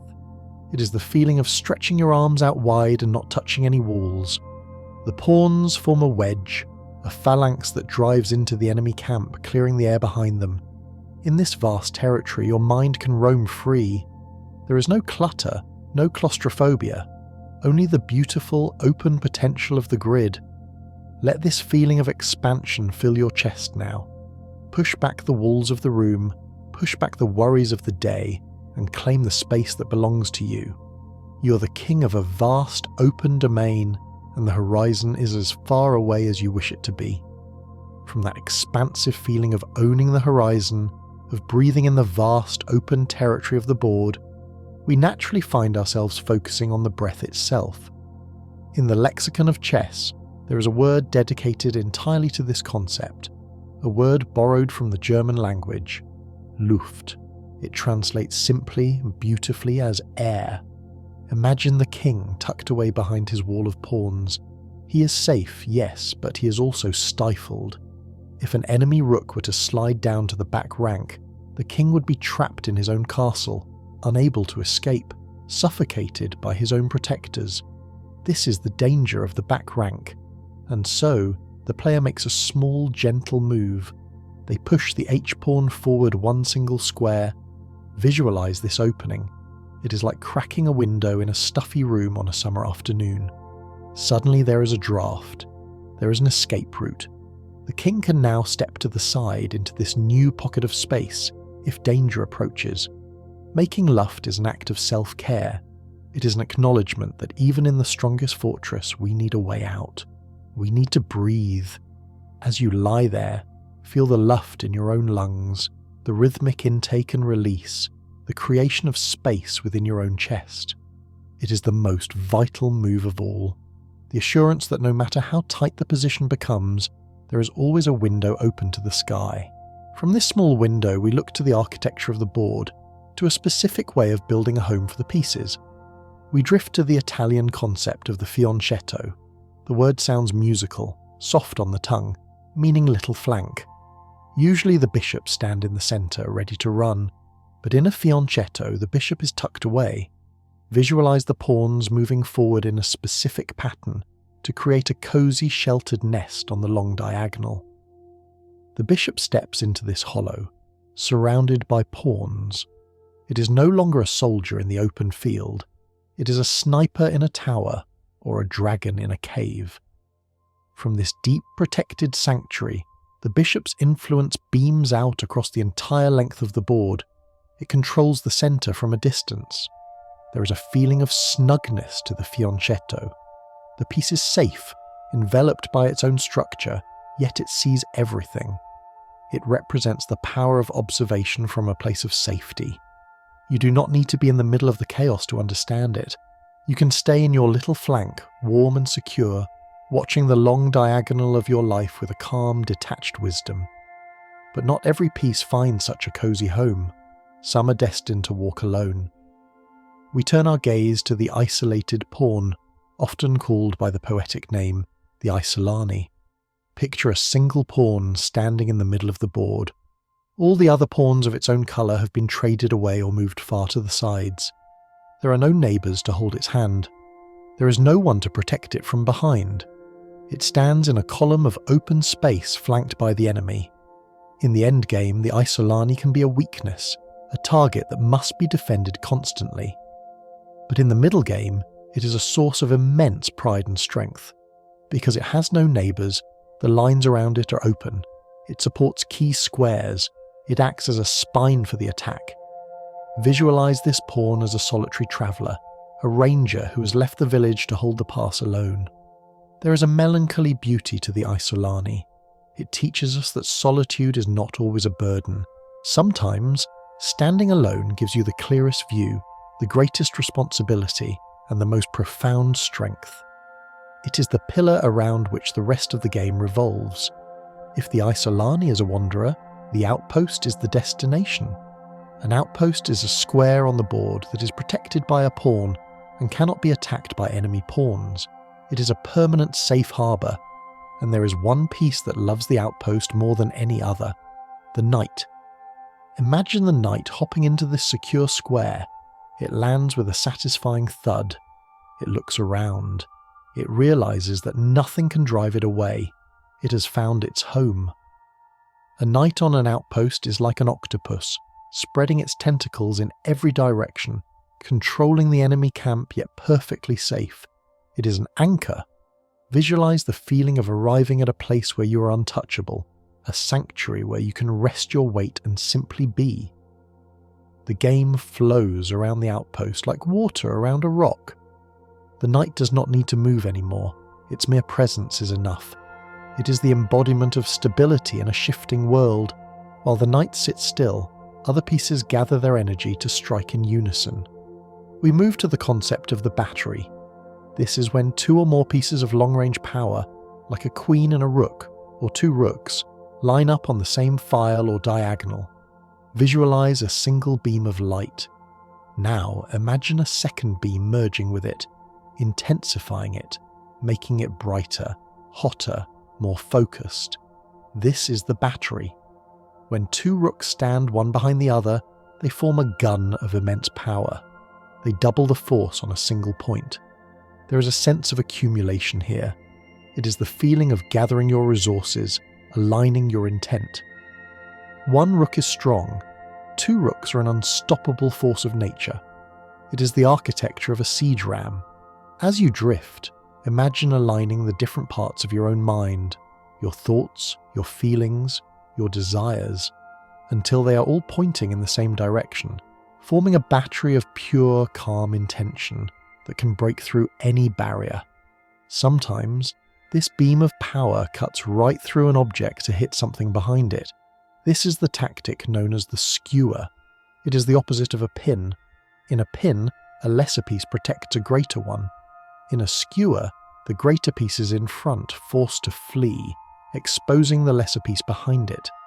Imagine a powerful laser beam shining across the board. The enemy king steps into the beam. He is in check.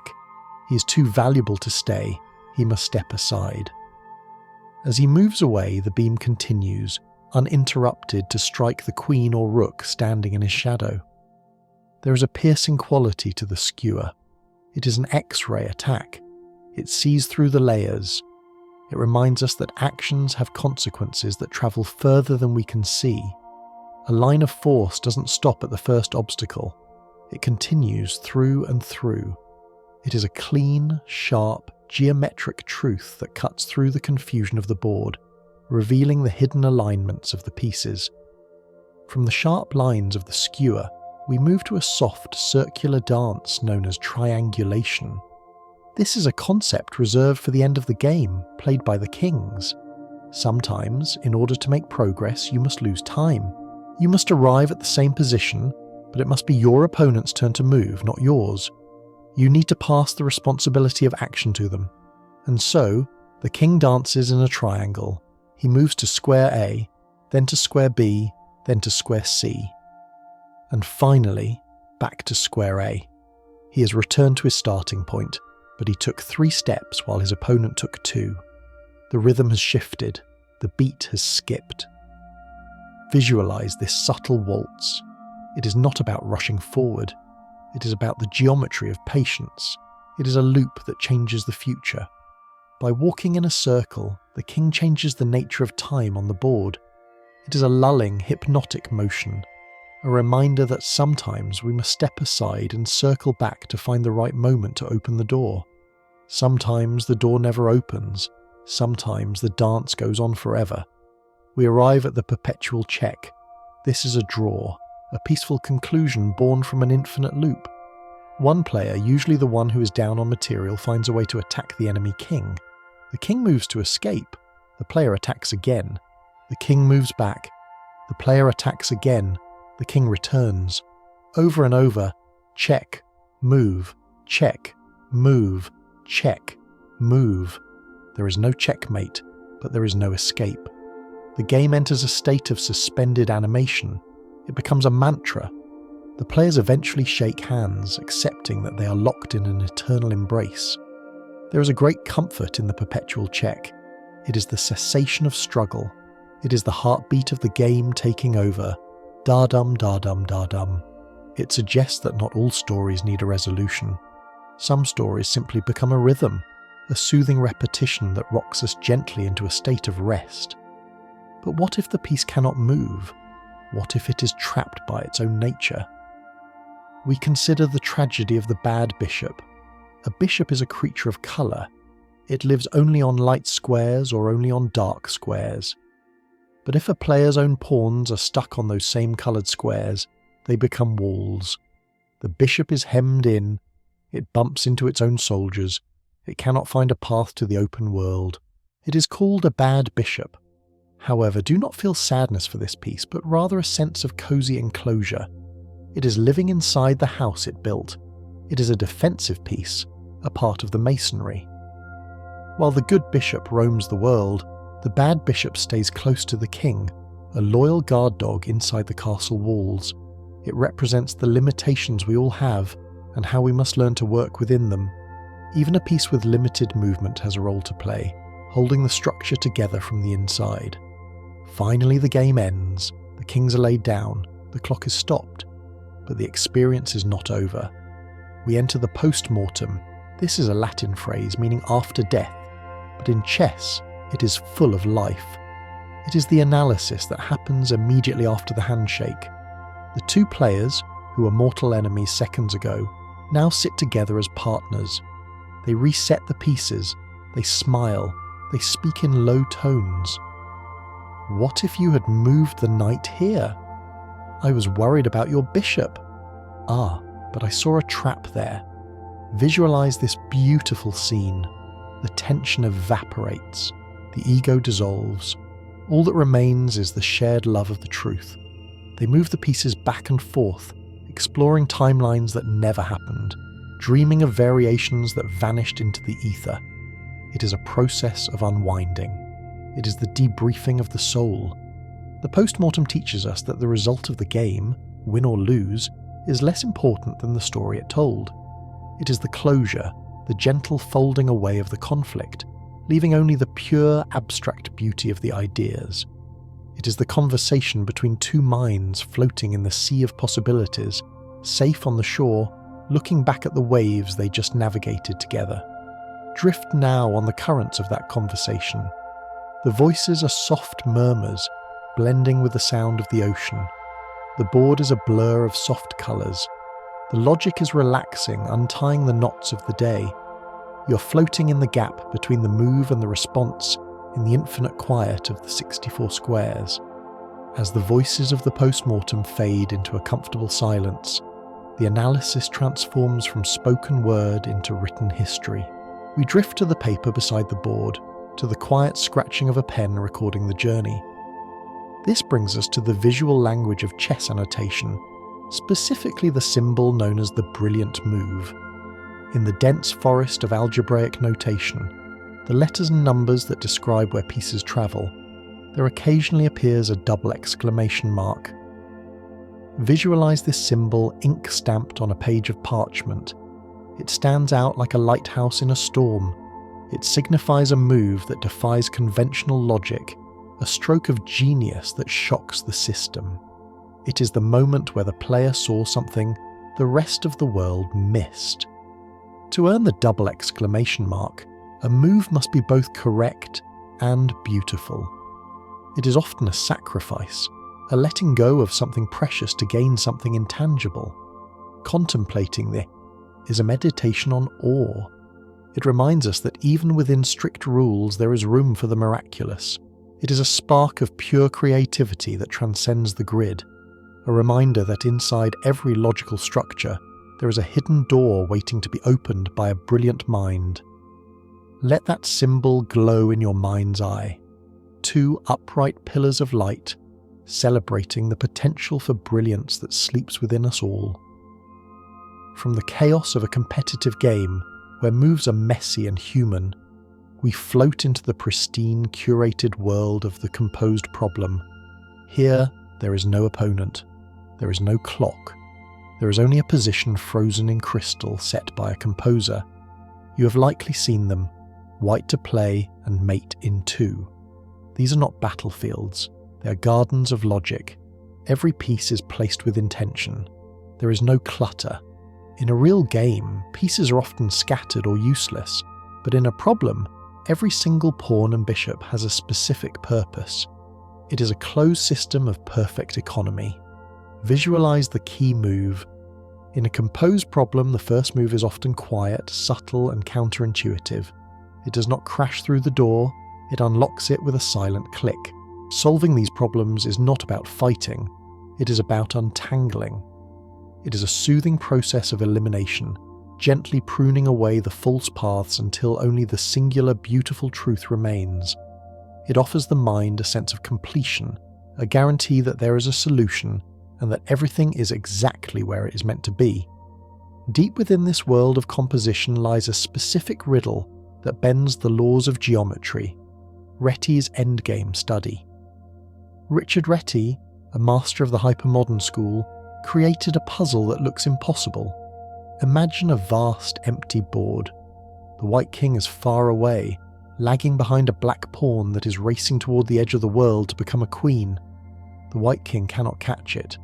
The math says it is impossible. The distance is too great. The straight line is not enough. But Reti discovered a curve. By walking diagonally, the white king appears to be moving away from the pawn, but he is actually performing a dual function. He is threatening to help his own pawn while simultaneously cutting off the angle to the enemy. It is a geometric miracle. By moving along this specific vector, the king enters the square of the pawn. It teaches us that the shortest distance between 2 points in the mind is not always a straight line. Sometimes, to catch what we are chasing, we must appear to let it go. We must walk a path that blends two intentions into one fluid motion, curving space and time until the impossible falls within our reach. This fluidity of motion brings us to a tactical motif that is purely rhythmic, the windmill.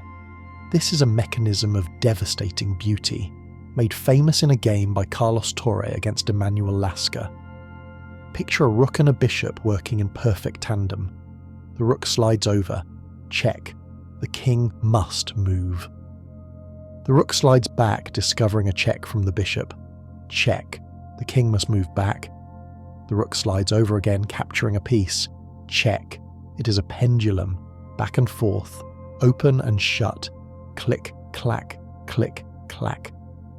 The opponent is helpless, caught in the gears of a machine that repeats its motion until the board is swept clean.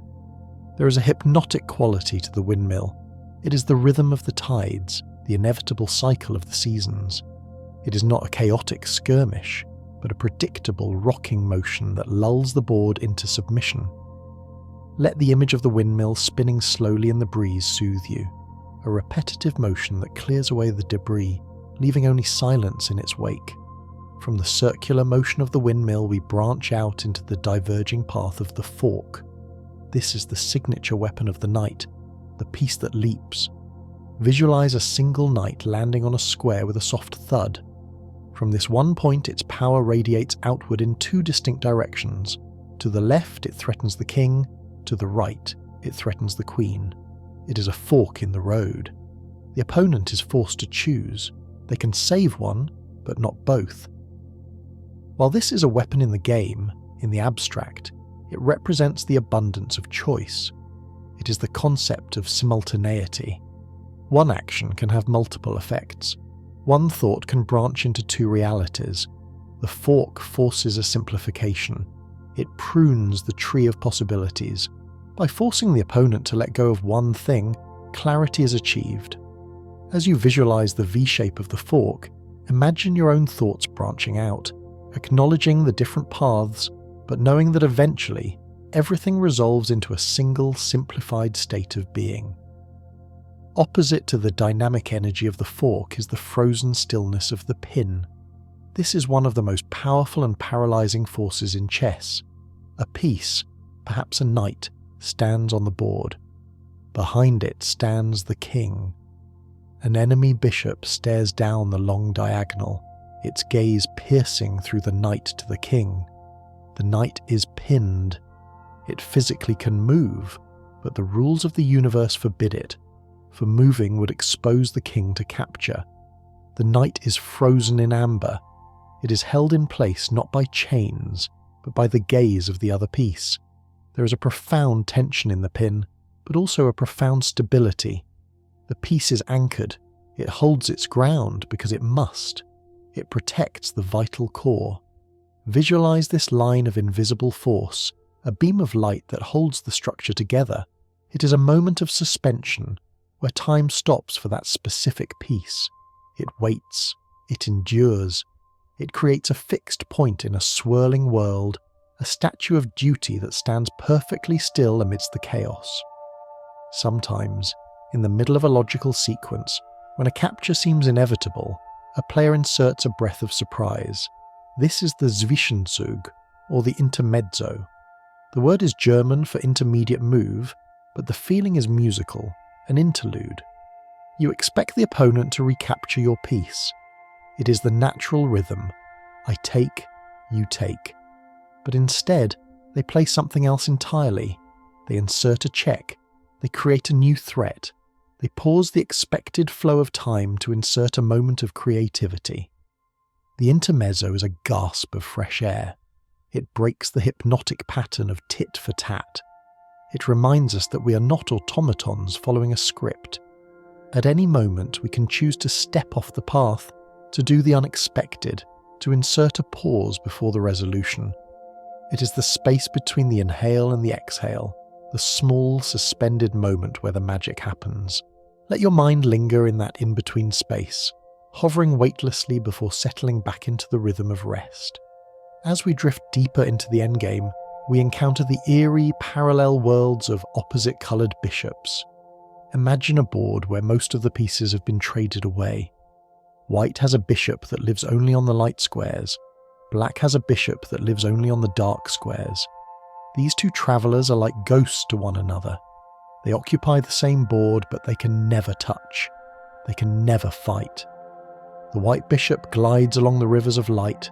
The black bishop walks the mountains of shadow. They pass right through each other's territory without interaction. Because they cannot block or capture each other, these games often end in a draw. It is a peace treaty written into the geometry of the board. They exist in separate dimensions, coexisting in perfect harmony, because their paths never cross. There is a deep, lonely beauty to this concept. It suggests that conflict is not inevitable. If we walk our own path, on our own frequency, we can exist alongside others in a state of peaceful, parallel drift. Sometimes peace is not found in separation, but in the construction of an impregnable shelter.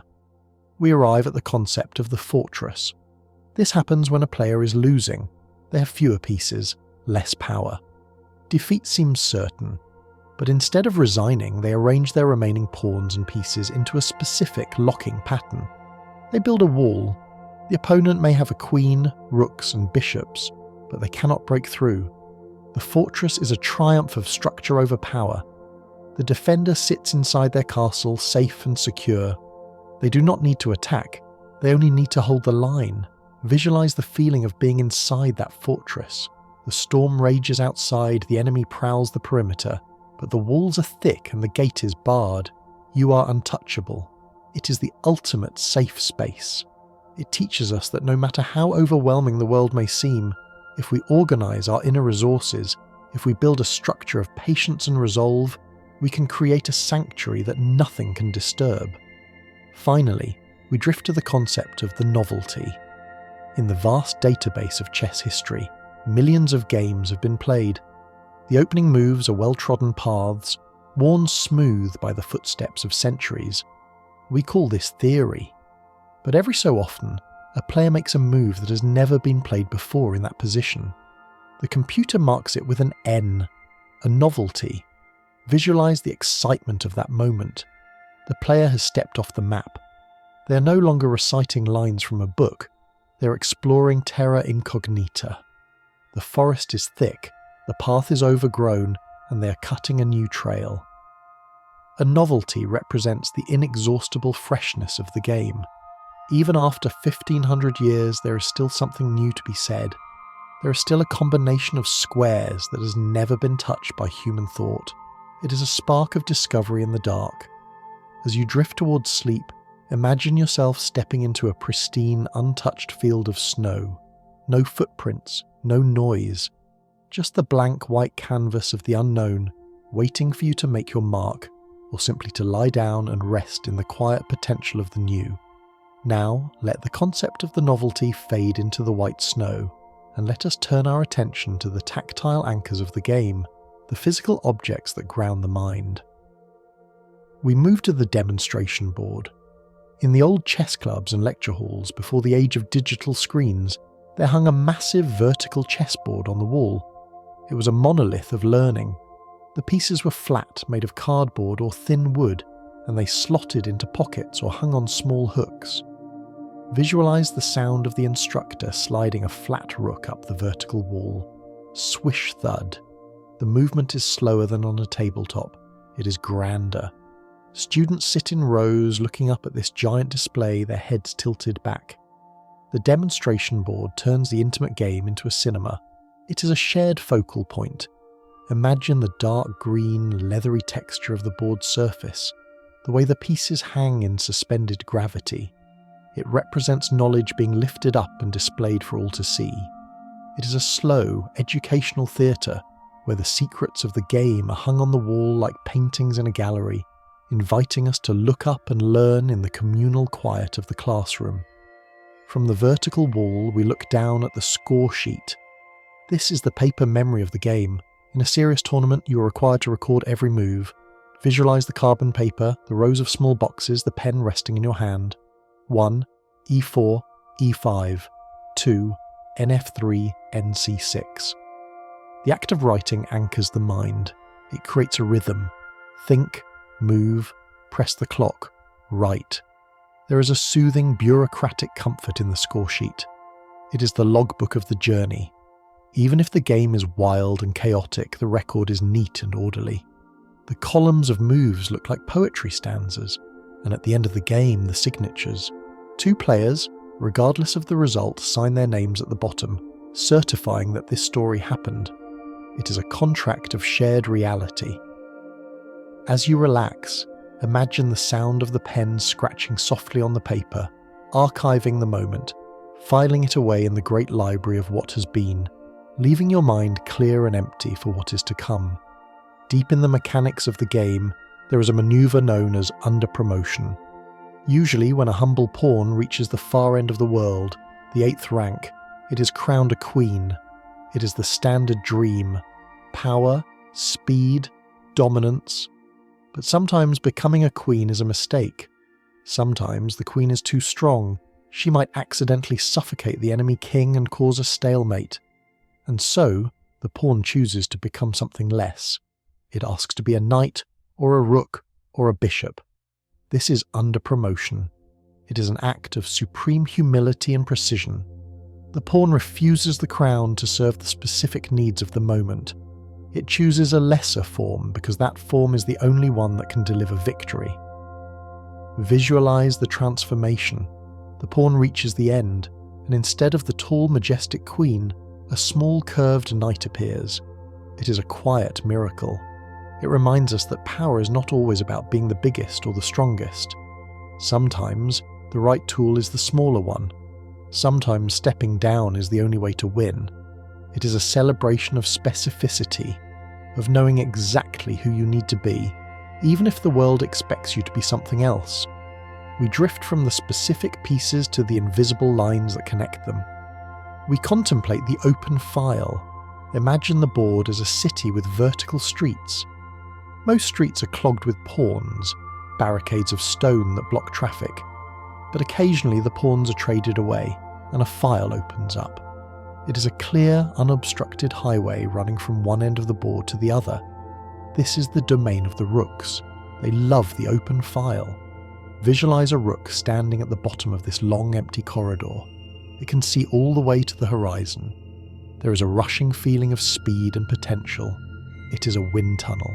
Controlling the open file is like controlling the river that runs through the city. It provides a sense of flow. There are no obstacles, no stops, just a straight, clean line of sight. Let your mind travel down this open road, gliding effortlessly from your own baseline deep into the heart of the distance, carried by the current of the open file. At the end of that open file, the rooks often invade the 7th rank. This is the second to last row of the board, where the opponent's pawns stand guard. When 2 rooks enter the 7th rank, they are often called the blind swine. It is an old, crude name, but it describes a terrifying power. They gobble up the pawns, they confine the enemy king. But let us reframe this image for our sanctuary. Think of it not as blind hunger, but as total domination of the horizontal. When the rooks link hands on the 7th rank, they form a ceiling that pushes the enemy down. They control the lung of the position. The opponent cannot breathe, they cannot move up. It is a heavy blanket of control. Feel the weight of that security, knowing that you have occupied the high ground, that you have clamped down on the position, and that nothing can rise up to disturb you. Finally, we arrive at the most legendary of all checkmates, the smothered mate. This is a masterpiece of geometry involving the knight. The enemy king is not captured in the open field. He's surrounded by his own friends, his own rooks, his own pawns. They are huddled so closely around him that he cannot move. He's safe from the outside, but trapped on the inside. Then, the knight leaps. It does not need a straight line. It vaults over the wall of defenders and lands on a square that touches the king. Because the king is smothered by his own protectors, he has nowhere to step. It is a mate in the box. It is a reminder that sometimes too much protection becomes a prison. But aesthetically, it is the most elegant ending possible. A single piece, the leaping horse, delivers the final touch to a king who is buried in a tomb of his own making. It is a quiet, surgical end to the noise of the game, a final click of the lock that shuts the door on the story, leaving everything perfectly, silently in place. The elegance of that final leap, where the knight vaults over the wall to deliver the smothered mate, leaves us with a lingering sense of awe at the geometric precision of the game. It is a moment where the mind conquers matter, where a single idea pierces through the clutter. Let us now drift from the specific move of the knight to the vast, branching structure of thought that precedes it. We enter the mental landscape known as the tree of analysis. Russian grandmaster Alexander Kotov famously described the process of thinking in chess as a tree. Visualize yourself standing at the base of a great ancient oak. The trunk is the present position, solid, real, undeniable.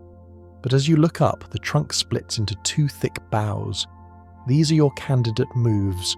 If you climb the left bough, it splits again into smaller branches, your opponent's replies, and those branches split into twigs, your counter replies.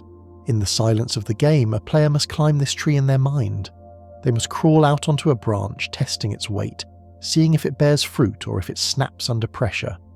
Then they must climb all the way back down to the trunk and explore the next bough. It is a journey of exploration and retreat, of venturing into potential futures and returning to the present. Visualize the intricate lattice of this tree, a web of cause and effect spreading out into the sky of your imagination. It can be exhausting to climb every branch, so the master learns to prune. They learn which branches are dead wood and which are lush with green leaves.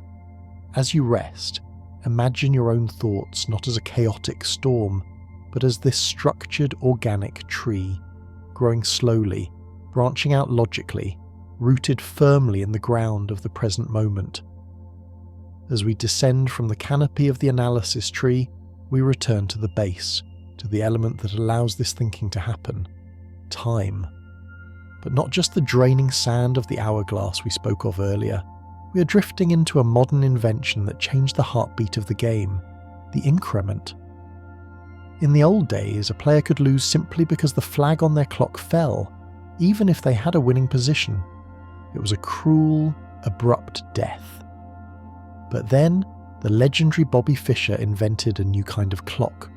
Visualize the digital display glowing softly. Every time you make a move and press the button, the clock adds a few seconds to your time. Click, plus 30 seconds. Click, plus 30 seconds. It is a gift of breath. It is a reprieve. The increment ensures that as long as you are moving, as long as you are acting, you will never run out of time completely. You can play forever on the edge of the abyss, sustained by the seconds you earn with each decision. There is a profound generosity in this system. It tells us that action creates time. By engaging with the world, by making a move, we are granted a little more space to breathe, a little more room to think. Let the rhythm of the increment soothe you. A heartbeat that replenishes itself. A reminder that there is always enough time to do what is necessary. From the flow of time, we look to the flow of light across the board. We spoke of the opposite-coloured bishops who never meet, but now consider the terrifying power of the bishop pair. Imagine a player who possesses both of their bishops, one travelling on the white squares, one on the black. In the open field, they are known as the ravens or the scissors. Visualize two beams of light crossing the board, one solar, one lunar. Together they control everything. There is no square where the enemy can hide. If you step off the white diagonal, you land on the black one. The bishop pair slices through the air, controlling the board from a distance. They create a crossfire that is almost impossible to withstand. It is a sensation of total coverage. Having the bishop pair feels like holding a long-range weapon in each hand, expanding your reach until you touch every corner of the world.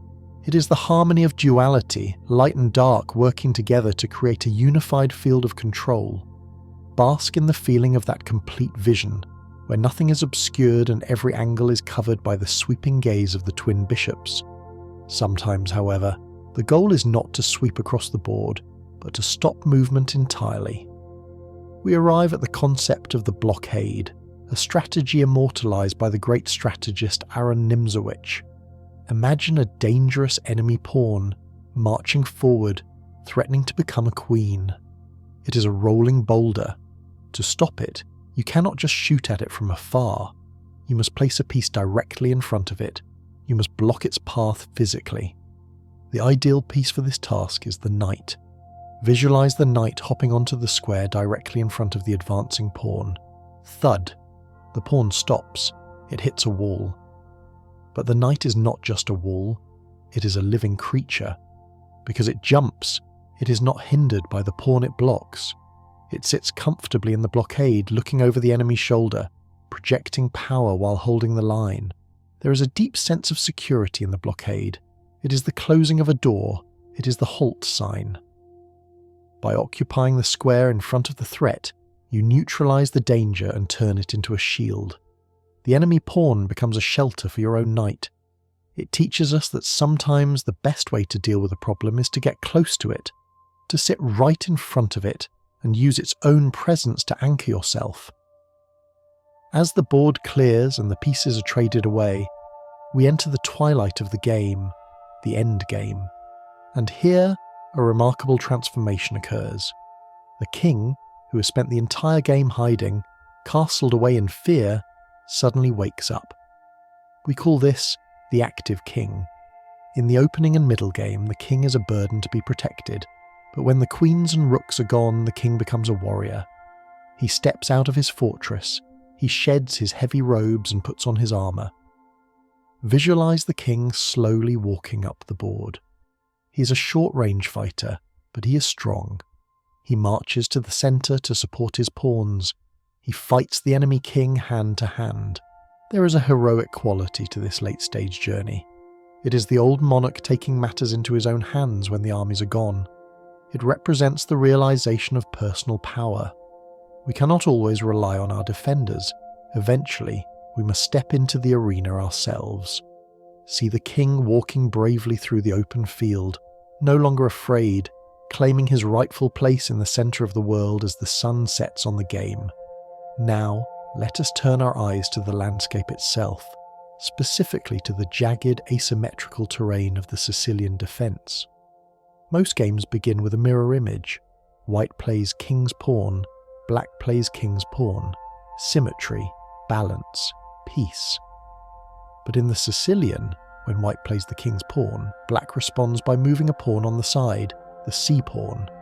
Instantly the symmetry is broken, the mirror is shattered, the landscape becomes unbalanced. White attacks on the king's side, black attacks on the queen's side. It is a fight of opposing ideas. The Sicilian is not a polite conversation, it is a wrestling match on the edge of a cliff. Visualize the texture of this defence. It is sharp, complex and full of tension. It is a dark forest compared to the open meadow of other games. Yet, for many, this is the most beautiful place to be.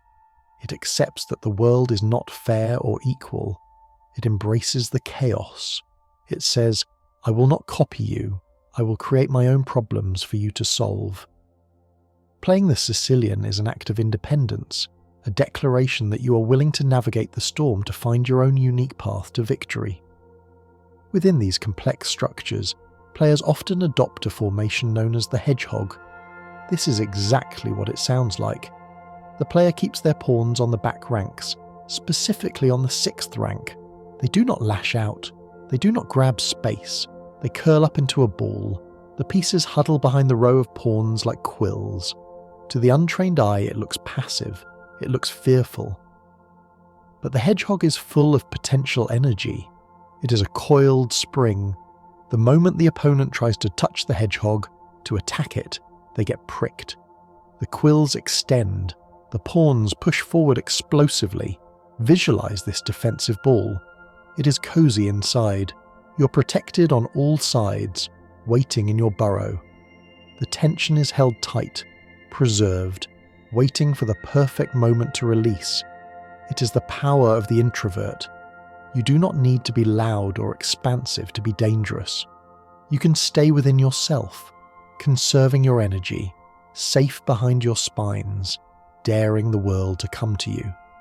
Sometimes, the game is not about the pieces you have, but the colours you control. We drift to the concept of the colour complex. Imagine a player who has traded away their light-squared bishop. Suddenly, the light squares on the board become holes. They are slippery. The player can no longer defend them. The opponent's knight hops from one light square to another, like stepping on stones across a river, never touching the dark water. This is a colour complex. The board is physically the same, but strategically, half of it has vanished. The player is drifting on a sea of dark squares, unable to anchor on the light ones. It creates a Swiss cheese effect in the mind. There is a ghostly quality to this weakness. It is not about losing a piece, it is about losing a frequency. It reminds us of the importance of balance. If we focus too much on one aspect of our lives, the dark squares, we leave the light squares undefended. The master strives to be present on both colours, weaving them together so that the fabric of their position remains whole and unbroken. Deep in the strategic toolkit of the master lies a manoeuvre that defies the basic math of the game, the exchange sacrifice.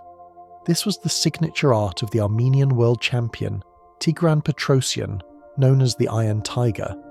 Usually a rook is worth more than a knight or a bishop.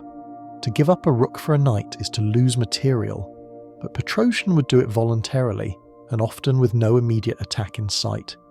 He would simply hand over his heavy artillery to remove a pesky enemy piece, or to glue his position together. Visualize the heavy rook leaving the board, and a lighter, more agile piece taking its place.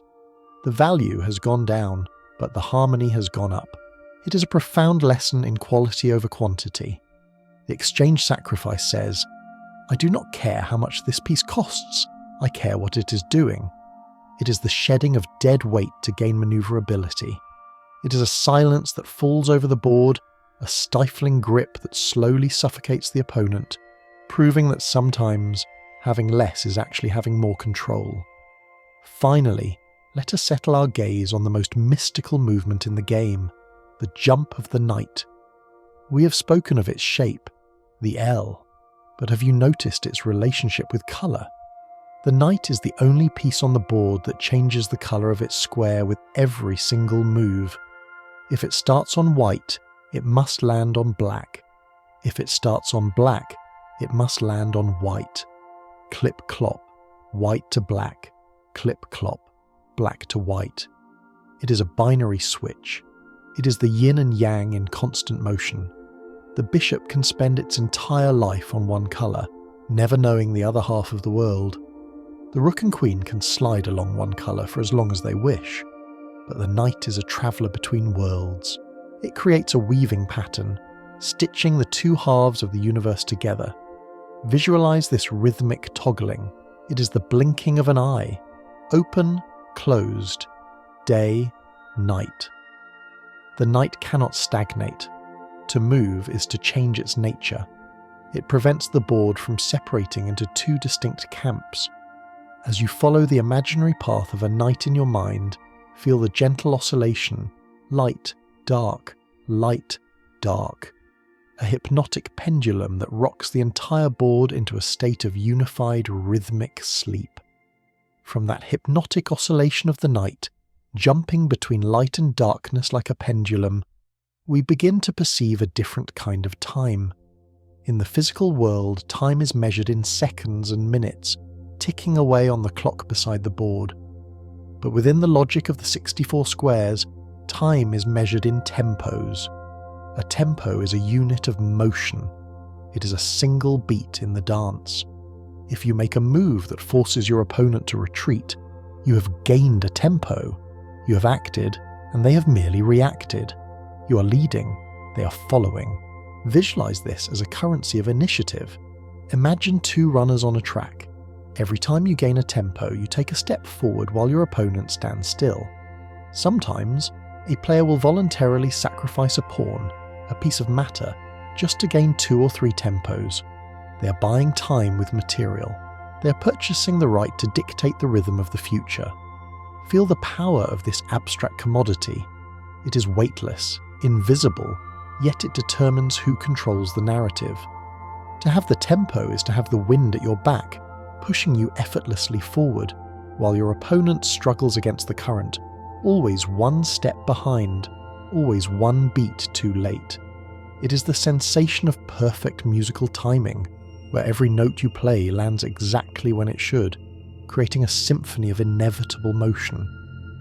In the days before computers solved the mysteries of the endgame instantly, this flow of time could be paused, frozen in a ritual known as the adjournment. Imagine a tournament hall in the mid-20th century. The game has raged for 5 hours. The players are exhausted. The smoke is thick and the position is complex. The referee steps forward. It is time to pause. The player whose turn it is does not make their move on the board. Instead, they write it down on a piece of paper, visualize the secrecy of this moment. They shield the paper with their hand, they fold it, they place it inside a white envelope, they seal the envelope with wax or glue. For the next 12 hours, that move exists only in the dark, suspended inside the paper. The game is asleep. The players go home, but they do not rest. They analyze. They stare at the board in their hotel rooms, trying to guess what is inside the envelope. This is the sealed move. It is a capsule of suspended destiny. It adds a layer of mystery to the logic, a cliffhanger that lasts through the night. As you drift, imagine sealing away your own worries in such an envelope. Write them down, fold the paper, seal it tight, and hand it over to the universe. You do not need to think about them tonight. They are adjourned. You can rest now, knowing the game is paused and the move is made, waiting safely for the morning light. When the envelope is opened and the game resumes, the silence is sometimes shattered by a sudden crashing thunderbolt. We speak of the Greek gift. This is one of the most classic and violent patterns in chess, a sacrifice that feels like a mythic tragedy. The scene is set. The enemy king is castled, tucked safely behind a wall of 3 pawns. He feels secure. But then, a bishop, the messenger of the gods, comes out of nowhere and captures the pawn directly in front of the king. Crash. The bishop is lost. The king captures it. But the wall is broken. The roof has been torn off the castle. Behind the bishop comes the knight, and then the queen, flooding into the breach. It is called the Greek gift because it mimics the Trojan horse, an offering that seems like a free present but contains destruction inside. Visualize the shattering of the shield. It reminds us that sometimes safety is an illusion, and that a single bold stroke can alter the reality of the position. But in our sleep state, view it not as violence but as a breakthrough. It is the sudden removal of a barrier, allowing the energy of the game to flow freely into the heart of the position. Sometimes, the gift is not a bishop crashing through a wall, but a pawn left casually on the side of the road. This is the seductive danger of the poisoned pawn. In the Sicilian defence, specifically the variation loved by Bobby Fischer, there is a pawn on the b2 square. It sits there, unguarded, far from the battle. The queen looks at it. It is free material. But to take it, the queen must travel far away from the centre. She must wander into the hinterlands. Taking the poisoned pawn is like eating a forbidden fruit. It tastes sweet. You are now winning by 1 point. But the aftertaste is entrapment. While the queen is busy consuming this small prize, the opponent's armies surround her. She gets trapped in the maze. Visualize the queen, the most powerful piece, stuck in the corner, realizing too late that the prize was a lure. It is a cautionary tale about greed and distraction. It teaches us to keep our eyes on the main goal, to resist the small, shiny temptations that pull us off our path. Let the image of the poisoned pawn be a gentle warning to let go of the need to grab everything, and instead to stay centered, safe, and focused on the greater journey. When a player resists these temptations and plays with deep understanding, they often employ a strategy known as the principle of 2 weaknesses. This is a concept of stretching. Imagine the board as a rubber band. If the opponent has only 1 weakness, say, a bad pawn on the left side, they can easily defend it. They just stand there and hold the line. It is easy to guard 1 door, so the master creates a second weakness. They start a fire on the right side. Now the opponent must run back and forth, left, right, left, right. They are stretched thin. They cannot be in 2 places at once. Eventually the rubber band snaps. Visualize this rocking motion. It is not a direct assault. It is a rhythmic swaying. You push here, then you push there. You force the opponent to move, to expend energy, to become off balance. It is a strategy of patience and width. It suggests that to solve a problem, we sometimes need to widen our perspective, to open up a second front, creating a dynamic tension that eventually resolves itself into a breakthrough. To counter such stretching, one might look to the teachings of Aaron Nimzowitsch and his concept of overprotection. Most players believe that if a point is attacked once, it needs to be defended once. Nimzowitsch said, no. He believed you should defend your strong points, your key squares, far more than is mathematically necessary. If a square is important, put a knight on it, then support it with a pawn, then aim a bishop at it, then put a rook behind it. Treat the square like a shrine. Pile up your energy there. Visualize this thickening of the defense. It creates a massive reservoir of power. By overprotecting the center, you're not just being safe, you're building a springboard. From this ultra-secure base, your pieces radiate confidence. It is the feeling of having a safety net that is woven from 1,000 ropes. You cannot fall. You're held by the collective strength of your entire army. Let this feeling of overprotection wrap around you now, a blanket of safety that is thicker than it needs to be, warm and impenetrable. Yet even with the strongest walls, there is always the danger of the back rank. This is a geometry of the corridor. We visualize the king standing on the very back line of the board, the 8th rank. In front of him is a row of his own loyal pawns, a shield wall. But if an enemy rook slides all the way down to that back line, the shield becomes a cage. The king cannot move forward because his own soldiers block his path. He is trapped in the corridor. This is the back rank mate. It is a reminder of the importance of awareness. We often look forward, attacking and planning, forgetting to check the door behind us. But in the visualization of sleep, let this corridor be a tunnel of focus. The rook controls the horizontal line, sweeping it clean. It is a finishing move of pure linearity, a straight line drawn across the bottom of the world that says, the story ends here. It creates a definitive boundary, a horizon line beyond which there is no more movement, only the stillness of the end. From the human frailty of the back rank, we ascend to the realm of absolute solved perfection, the endgame table base. For centuries, humans argued about certain positions. Can a queen beat 2 rooks? Is this king and pawn ending a draw? We wrote books, we debated, we guessed. But now, we have the table bases. Computers have calculated every single possible move for positions with 7 pieces or fewer. They do not think, they know. They have solved the game backwards from the end. They know that in a specific position, it is exactly mate in 54 moves, not 53, not 55. 54. Visualize this database not as a computer, but as a library of truth. In this library there is no doubt. Every question has an answer. Every path is illuminated. It is the God's eye view of the game. There is a cold, crystalline comfort in this. It means that somewhere, in the vast universe of mathematics, there is a perfect path. Even if we humans fumble in the dark, the truth exists, solid and unchangeable, waiting in the silicon memory of the world. But perfection can be sterile. To bring the chaos and creativity back, we turn to chess 960, also known as Fisher Random. Imagine the pieces on the back rank. Usually they have their assigned seats: rook, knight, bishop, queen, king. But in chess 960, a wind blows through the hall. The pieces are shuffled. The king might be in the corner. The bishops might be next to each other. The rooks might be huddled in the centre. There are 960 possible starting positions. When the game begins, all memorized theory is useless. You cannot recite lines from a book. You must think from move 1.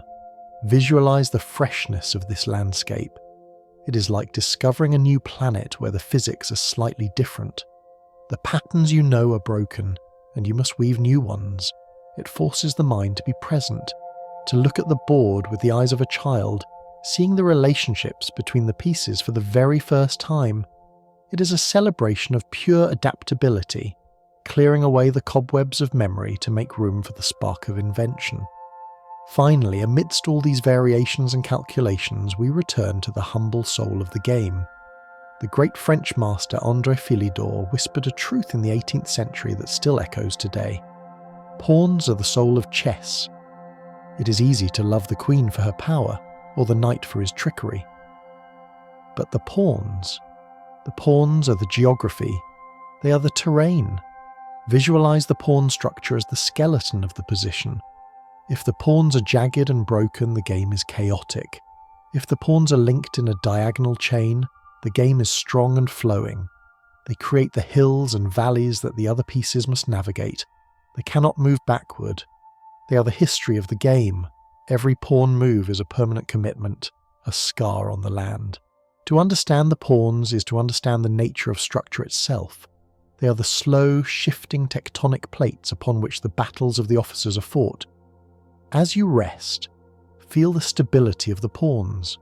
They are the ground beneath your feet. They do not rush. They hold the line. They define the space. They are the soul, the quiet, enduring essence that remains when the flashy combinations have faded away. Drifting from the soul of the pawns, we encounter a specific structure they can form, a tranquil and enduring shape known as the stone wall. The name itself is heavy and grounding. Visualize the pawns on the light squares: c6, d5, e6, f5. They form a jagged, interlocking barrier. It is a formation of concrete. The player who builds a stone wall is not looking for a quick fight. They are digging in.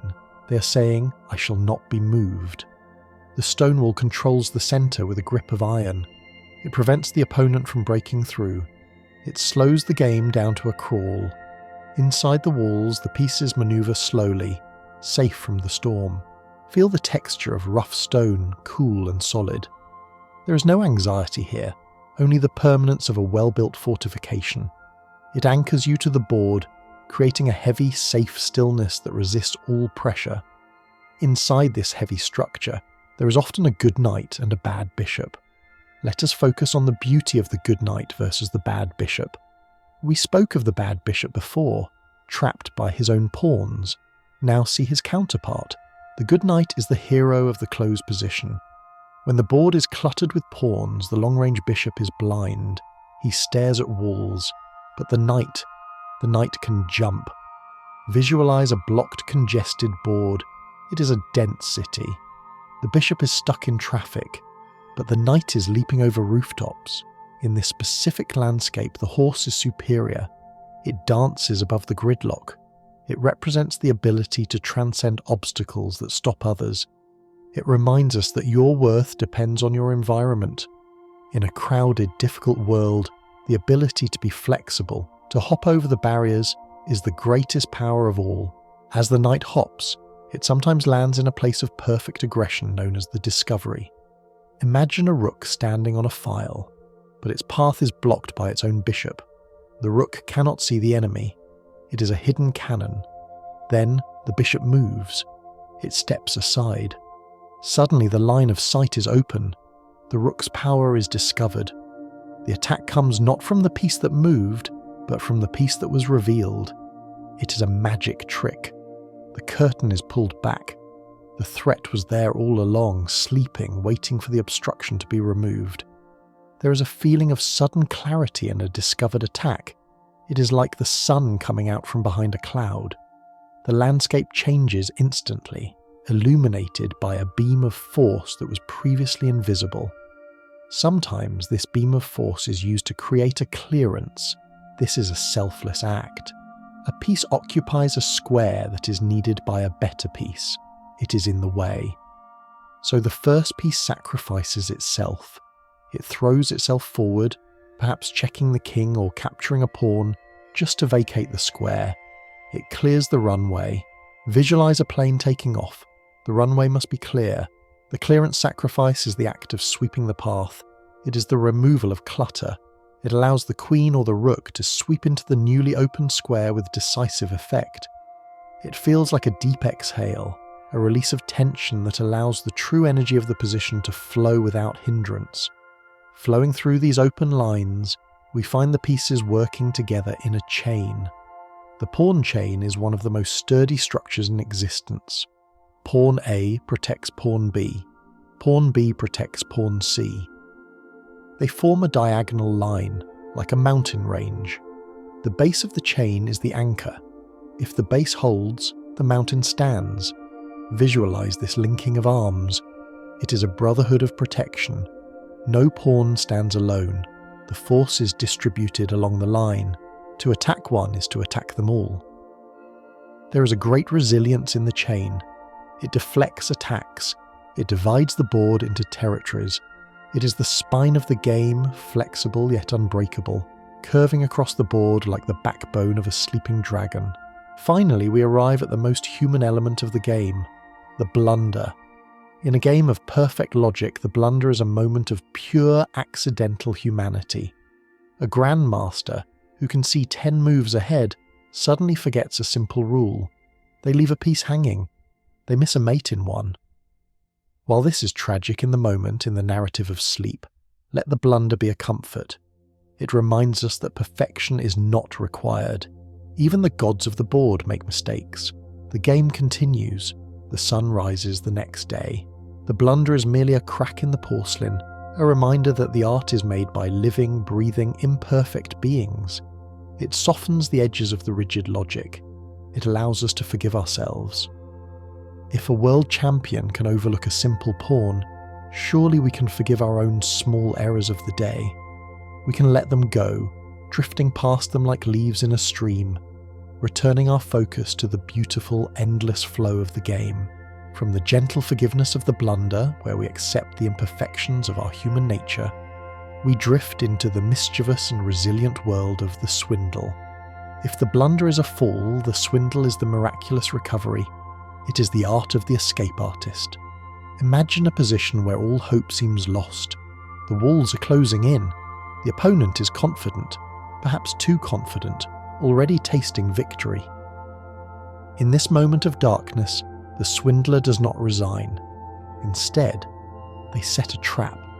They create a complication that is so chaotic, so confusing, that it clouds the clear waters of the game. Visualize Frank Marshall, the American champion known for his golden swindles. He would smile, puff on his cigar, and play a move that looked desperate but concealed a hidden spike. It is a psychological sleight of hand. The swindle teaches us that as long as there is chaos, there is hope. It reminds us that reality is malleable. Even when the odds are stacked against us, a spark of creativity, a refusal to go quietly into the night, can turn a certain defeat into a glorious, unexpected draw.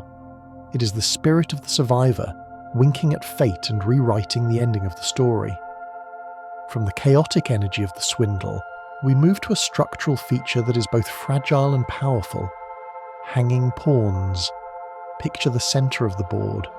Most pawns stand in diagonal chains, holding on to each other like mountaineers roped together. But hanging pawns are different. They stand side by side, usually on the D and C files, separated from their other pawn friends. There is open space to their left and open space to their right. They are an island of two. To the pessimist, they look weak. They cannot be protected by other pawns. They must be guarded by pieces. They are exposed to the wind. But to the optimist, they are a battering ram. Standing shoulder to shoulder, they control the most vital squares in the centre. They are like two sentries guarding a gate. They prevent the enemy from passing. Visualize the tension of these two isolated soldiers. They require constant care. You must watch over them, but in return they give you space. They push the enemy back. There is a brave beauty to the hanging pawns. They remind us that sometimes we must stand apart from the crowd, holding the line with only our closest companion, vulnerable yet commanding the centre of the world through sheer presence. To support such brave structures, we often need to bring in the heavy artillery from the back lines. We return to the manoeuvre briefly glimpsed before, now fully realised. The rook lift. Usually rooks are floor-bound creatures. They slide along the bottom rank, moving only left or right. But sometimes the ground is too cluttered. The path is blocked. And so the rook takes the elevator. It moves up. 1, 2, 3 squares. It rises above the pawn wall. And then, from this higher vantage point, it swings across the board horizontally. Whoosh! Visualize this motion. It is the movement of a crane or a siege tower. By lifting the rook, you transfer its weight from a defensive posture to an aggressive one. It swings over to the king's side, looming over the attack. It is a maneuver of heavy grace. It feels like lifting a heavy stone and placing it exactly where it needs to be to tip the scales. It teaches us that if the direct path is blocked, we can rise above the obstacle, finding a higher plane to transport our power to the other side of the world. As the pieces come off the board and the noise subsides, we are left with the kings. And here, in the silence of the endgame, they engage in a mystical dance known as the opposition. Imagine the two kings standing face to face on a vertical line, with only one single empty square between them. They are like two magnets with the same polarity. They push against each other. They create an invisible force field. If it is your turn to move, you are in a disadvantage. You must step aside. You must give way. The opposition is the act of forcing your opponent to move first. It is a dominance of space without touching. Visualize this slow, mirrored waltz. If the enemy king steps left, you step left. If he steps right, you step right. You hold the gaze.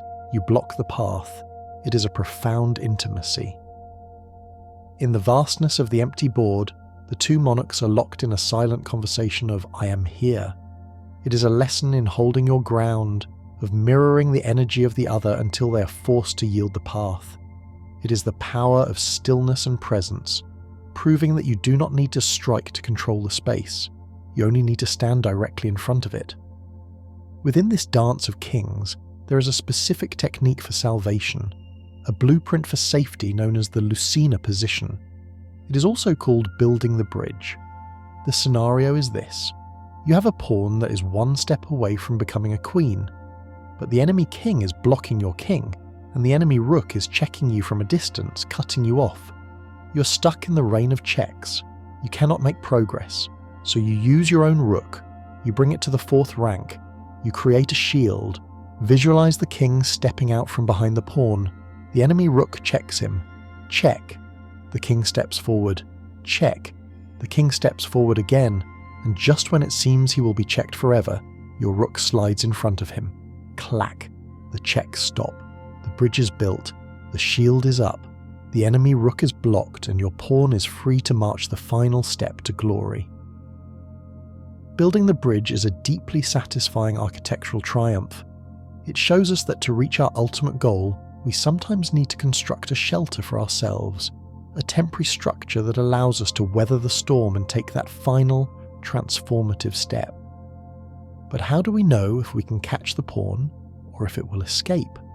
We turn to the beautiful, invisible geometry of the rule of the square. You do not need to calculate, I move, he moves, I move, he moves. That is the hard way. Instead, you use your imagination to draw a box. Visualize the enemy pawn running toward the finish line. From that pawn, draw a diagonal line to the back edge of the board. Now, complete the square. This is the square of the pawn. It is a glowing zone of danger. The rule is simple and absolute. If your king can step inside this glowing square, he will catch the pawn. If he cannot enter the square, the pawn will escape and become a queen. It is a shortcut of the mind.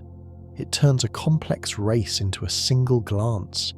It brings a sense of calm certainty. You look at the board, you see the invisible box, and you know the truth instantly. It reminds us that often, the boundaries of possibility are defined by simple geometric truths. If you are in the square, you are safe. You can rest in that knowledge, trusting the math of the universe. This ability to see invisible shapes brings us to the way a master actually perceives the board. It is called chunking, or pattern recognition. When a beginner looks at a chessboard, they see 32 separate pieces. A pawn here, a knight there. It is a chaotic crowd of individuals, but a master does not see individuals. They see words, they see sentences. They look at the board and see the castled king. That is one chunk. They see the fianchettoed bishop. That is another chunk. They see the isolated queen's pawn. Visualize the board transforming from a scattering of letters into a page of poetry. The master reads the position. They recognize the face of the game like you recognize the face of a friend. You don't analyze the nose and the chin separately. You see the whole face at once. This is the relaxation of mastery. The effort dissolves. The chaos organizes itself into familiar, comforting shapes. As you drift, imagine your own thoughts clumping together into safe, recognizable patterns, simplifying the complexity of life into a few beautiful, manageable forms. Sometimes, this mastery appears in the most unlikely of vessels. We drift to the phenomenon of the chess prodigy. Think of Samuel Reshevsky in the 1920s. He was 8 years old. He wore a sailor suit and short pants, and he stood in a room surrounded by 20 grey-bearded men in tuxedos playing them all at once, and he was winning. There is something ethereal about the child prodigy. It suggests that chess is not just a learned skill, but a language that the soul remembers. How can a child understand the deep strategy of the Ruy Lopez before they can tie their own shoes? Visualize the small hand reaching out to move the heavy wooden piece. The eyes are clear, unburdened by adult worries, seeing only the pure truth of the logic. The prodigy reminds us of the innocence of play. It connects us to that part of ourselves that is intuitive and natural, the inner child who knows how to solve problems without overthinking, guided by a clear, simple light. From the grand halls where prodigies play, we shrink the world down to a tiny, portable universe, the travelling chess set. Imagine being on a train rattling through the night, or a plane soaring above the clouds. You have a small leather wallet in your pocket. You open it. Inside is a miniature board with tiny holes in the squares. The pieces are small pegs, red and white. You push the little knight into the hole. It sticks. The train lurches, the coffee cup trembles, but the position remains firm, the pegged set. There is a coziness to this micro-world. It allows the game to travel with you, to be a companion in the lonely spaces of transit. It says that no matter where you go, no matter how much the world shakes and moves around you, your logic is secure. You can carry your kingdom in your pocket. The tactile sensation of pushing the peg into the slot is grounding, a small anchor in a moving world. Finally, we arrive at the gesture that signifies the end of the conflict, a ritual of grace and acceptance, the resignation. In many sports, you play until the clock runs out, you fight until the whistle blows. But chess is different. In chess, it is considered noble to accept the truth before the end. When a player realizes they are lost, that the checkmate is inevitable in 5 moves or 10 moves, they do not force their opponent to play it out. They stop the clock.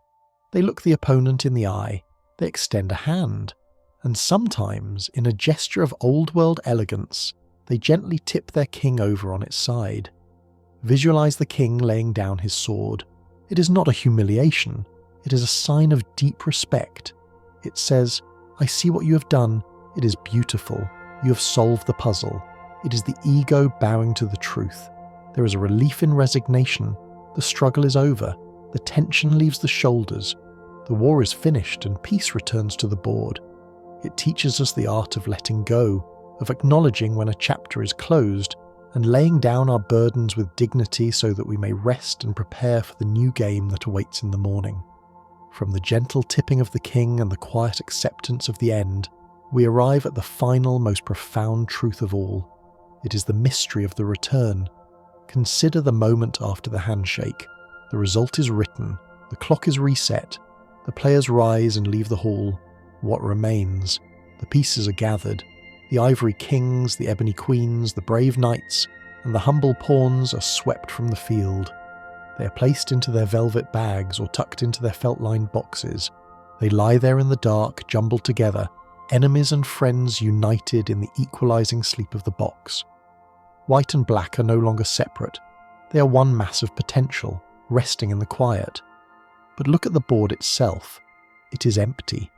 And in this emptiness, we find the 101st wonder, the infinite silence of the grid. An empty chessboard is not a void. It is a promise. It is the perfect balance of light and dark, undisturbed by conflict. It is the tabula rasa, the blank slate. Before the first pawn was pushed in ancient India, before the first computer calculated a line, before the first grandmaster was crowned, this grid existed. It is a geometry of pure peace. It waits. It has the patience of a mountain. It holds within its 64 squares every game that has ever been played, and every game that ever will be played. They are all sleeping there, invisible in the wood and the stone. This empty board is the ultimate mirror of your own mind as you drift towards sleep. Just as the board is cleared of the complexities of the middle game, your mind is now being cleared of the complexities of the day. The strategies, the worries, the tactics, the clocks, they are all put away. The pieces are back in the box. What is left is the pure, clean structure of your consciousness, a beautiful, alternating pattern of rest and stillness. The game is over. The board is clear. The infinite potential for tomorrow lies in the deep restorative silence of tonight. It is the 0 point, the stillness from which all dreams arise. And so, traveller, we have reached the end of our pilgrimage across the black and white sea. We have walked through the heat of the Gupta Empire and felt the cool marble of Persian courts. We have sat in the smoky haze of Parisian cafes and floated in the zero gravity of space. We have watched the mechanical arm of the Turk and felt the digital pulse of Alpha Zero. We have stormed castles with rooks and leapt over walls with knights. We have felt the tension of the time trouble and the relief of the stalemate. We have gathered these fragments of history, logic and beauty, and we have woven them into a tapestry of calm. Now the river widens, the current slows, the water becomes still as glass, reflecting the stars above. The sounds of the tournament hall have faded into a soft, distant hum, and then into silence. The library of the game is closing for the night. The books are shelved, the lights are dimmed, the dust motes settle on the mahogany tables. You're floating in the safe, quiet space between the moves. There is nothing left to calculate. There is nothing left to analyse. The strategy for now is simply to let go. Feel the heavy, comforting weight of the journey settling into your bones. Like the pieces returning to their box, your thoughts are settling down, one by one, finding their place in the dark. The king is safe. The queen is resting. The pawns have finished their march.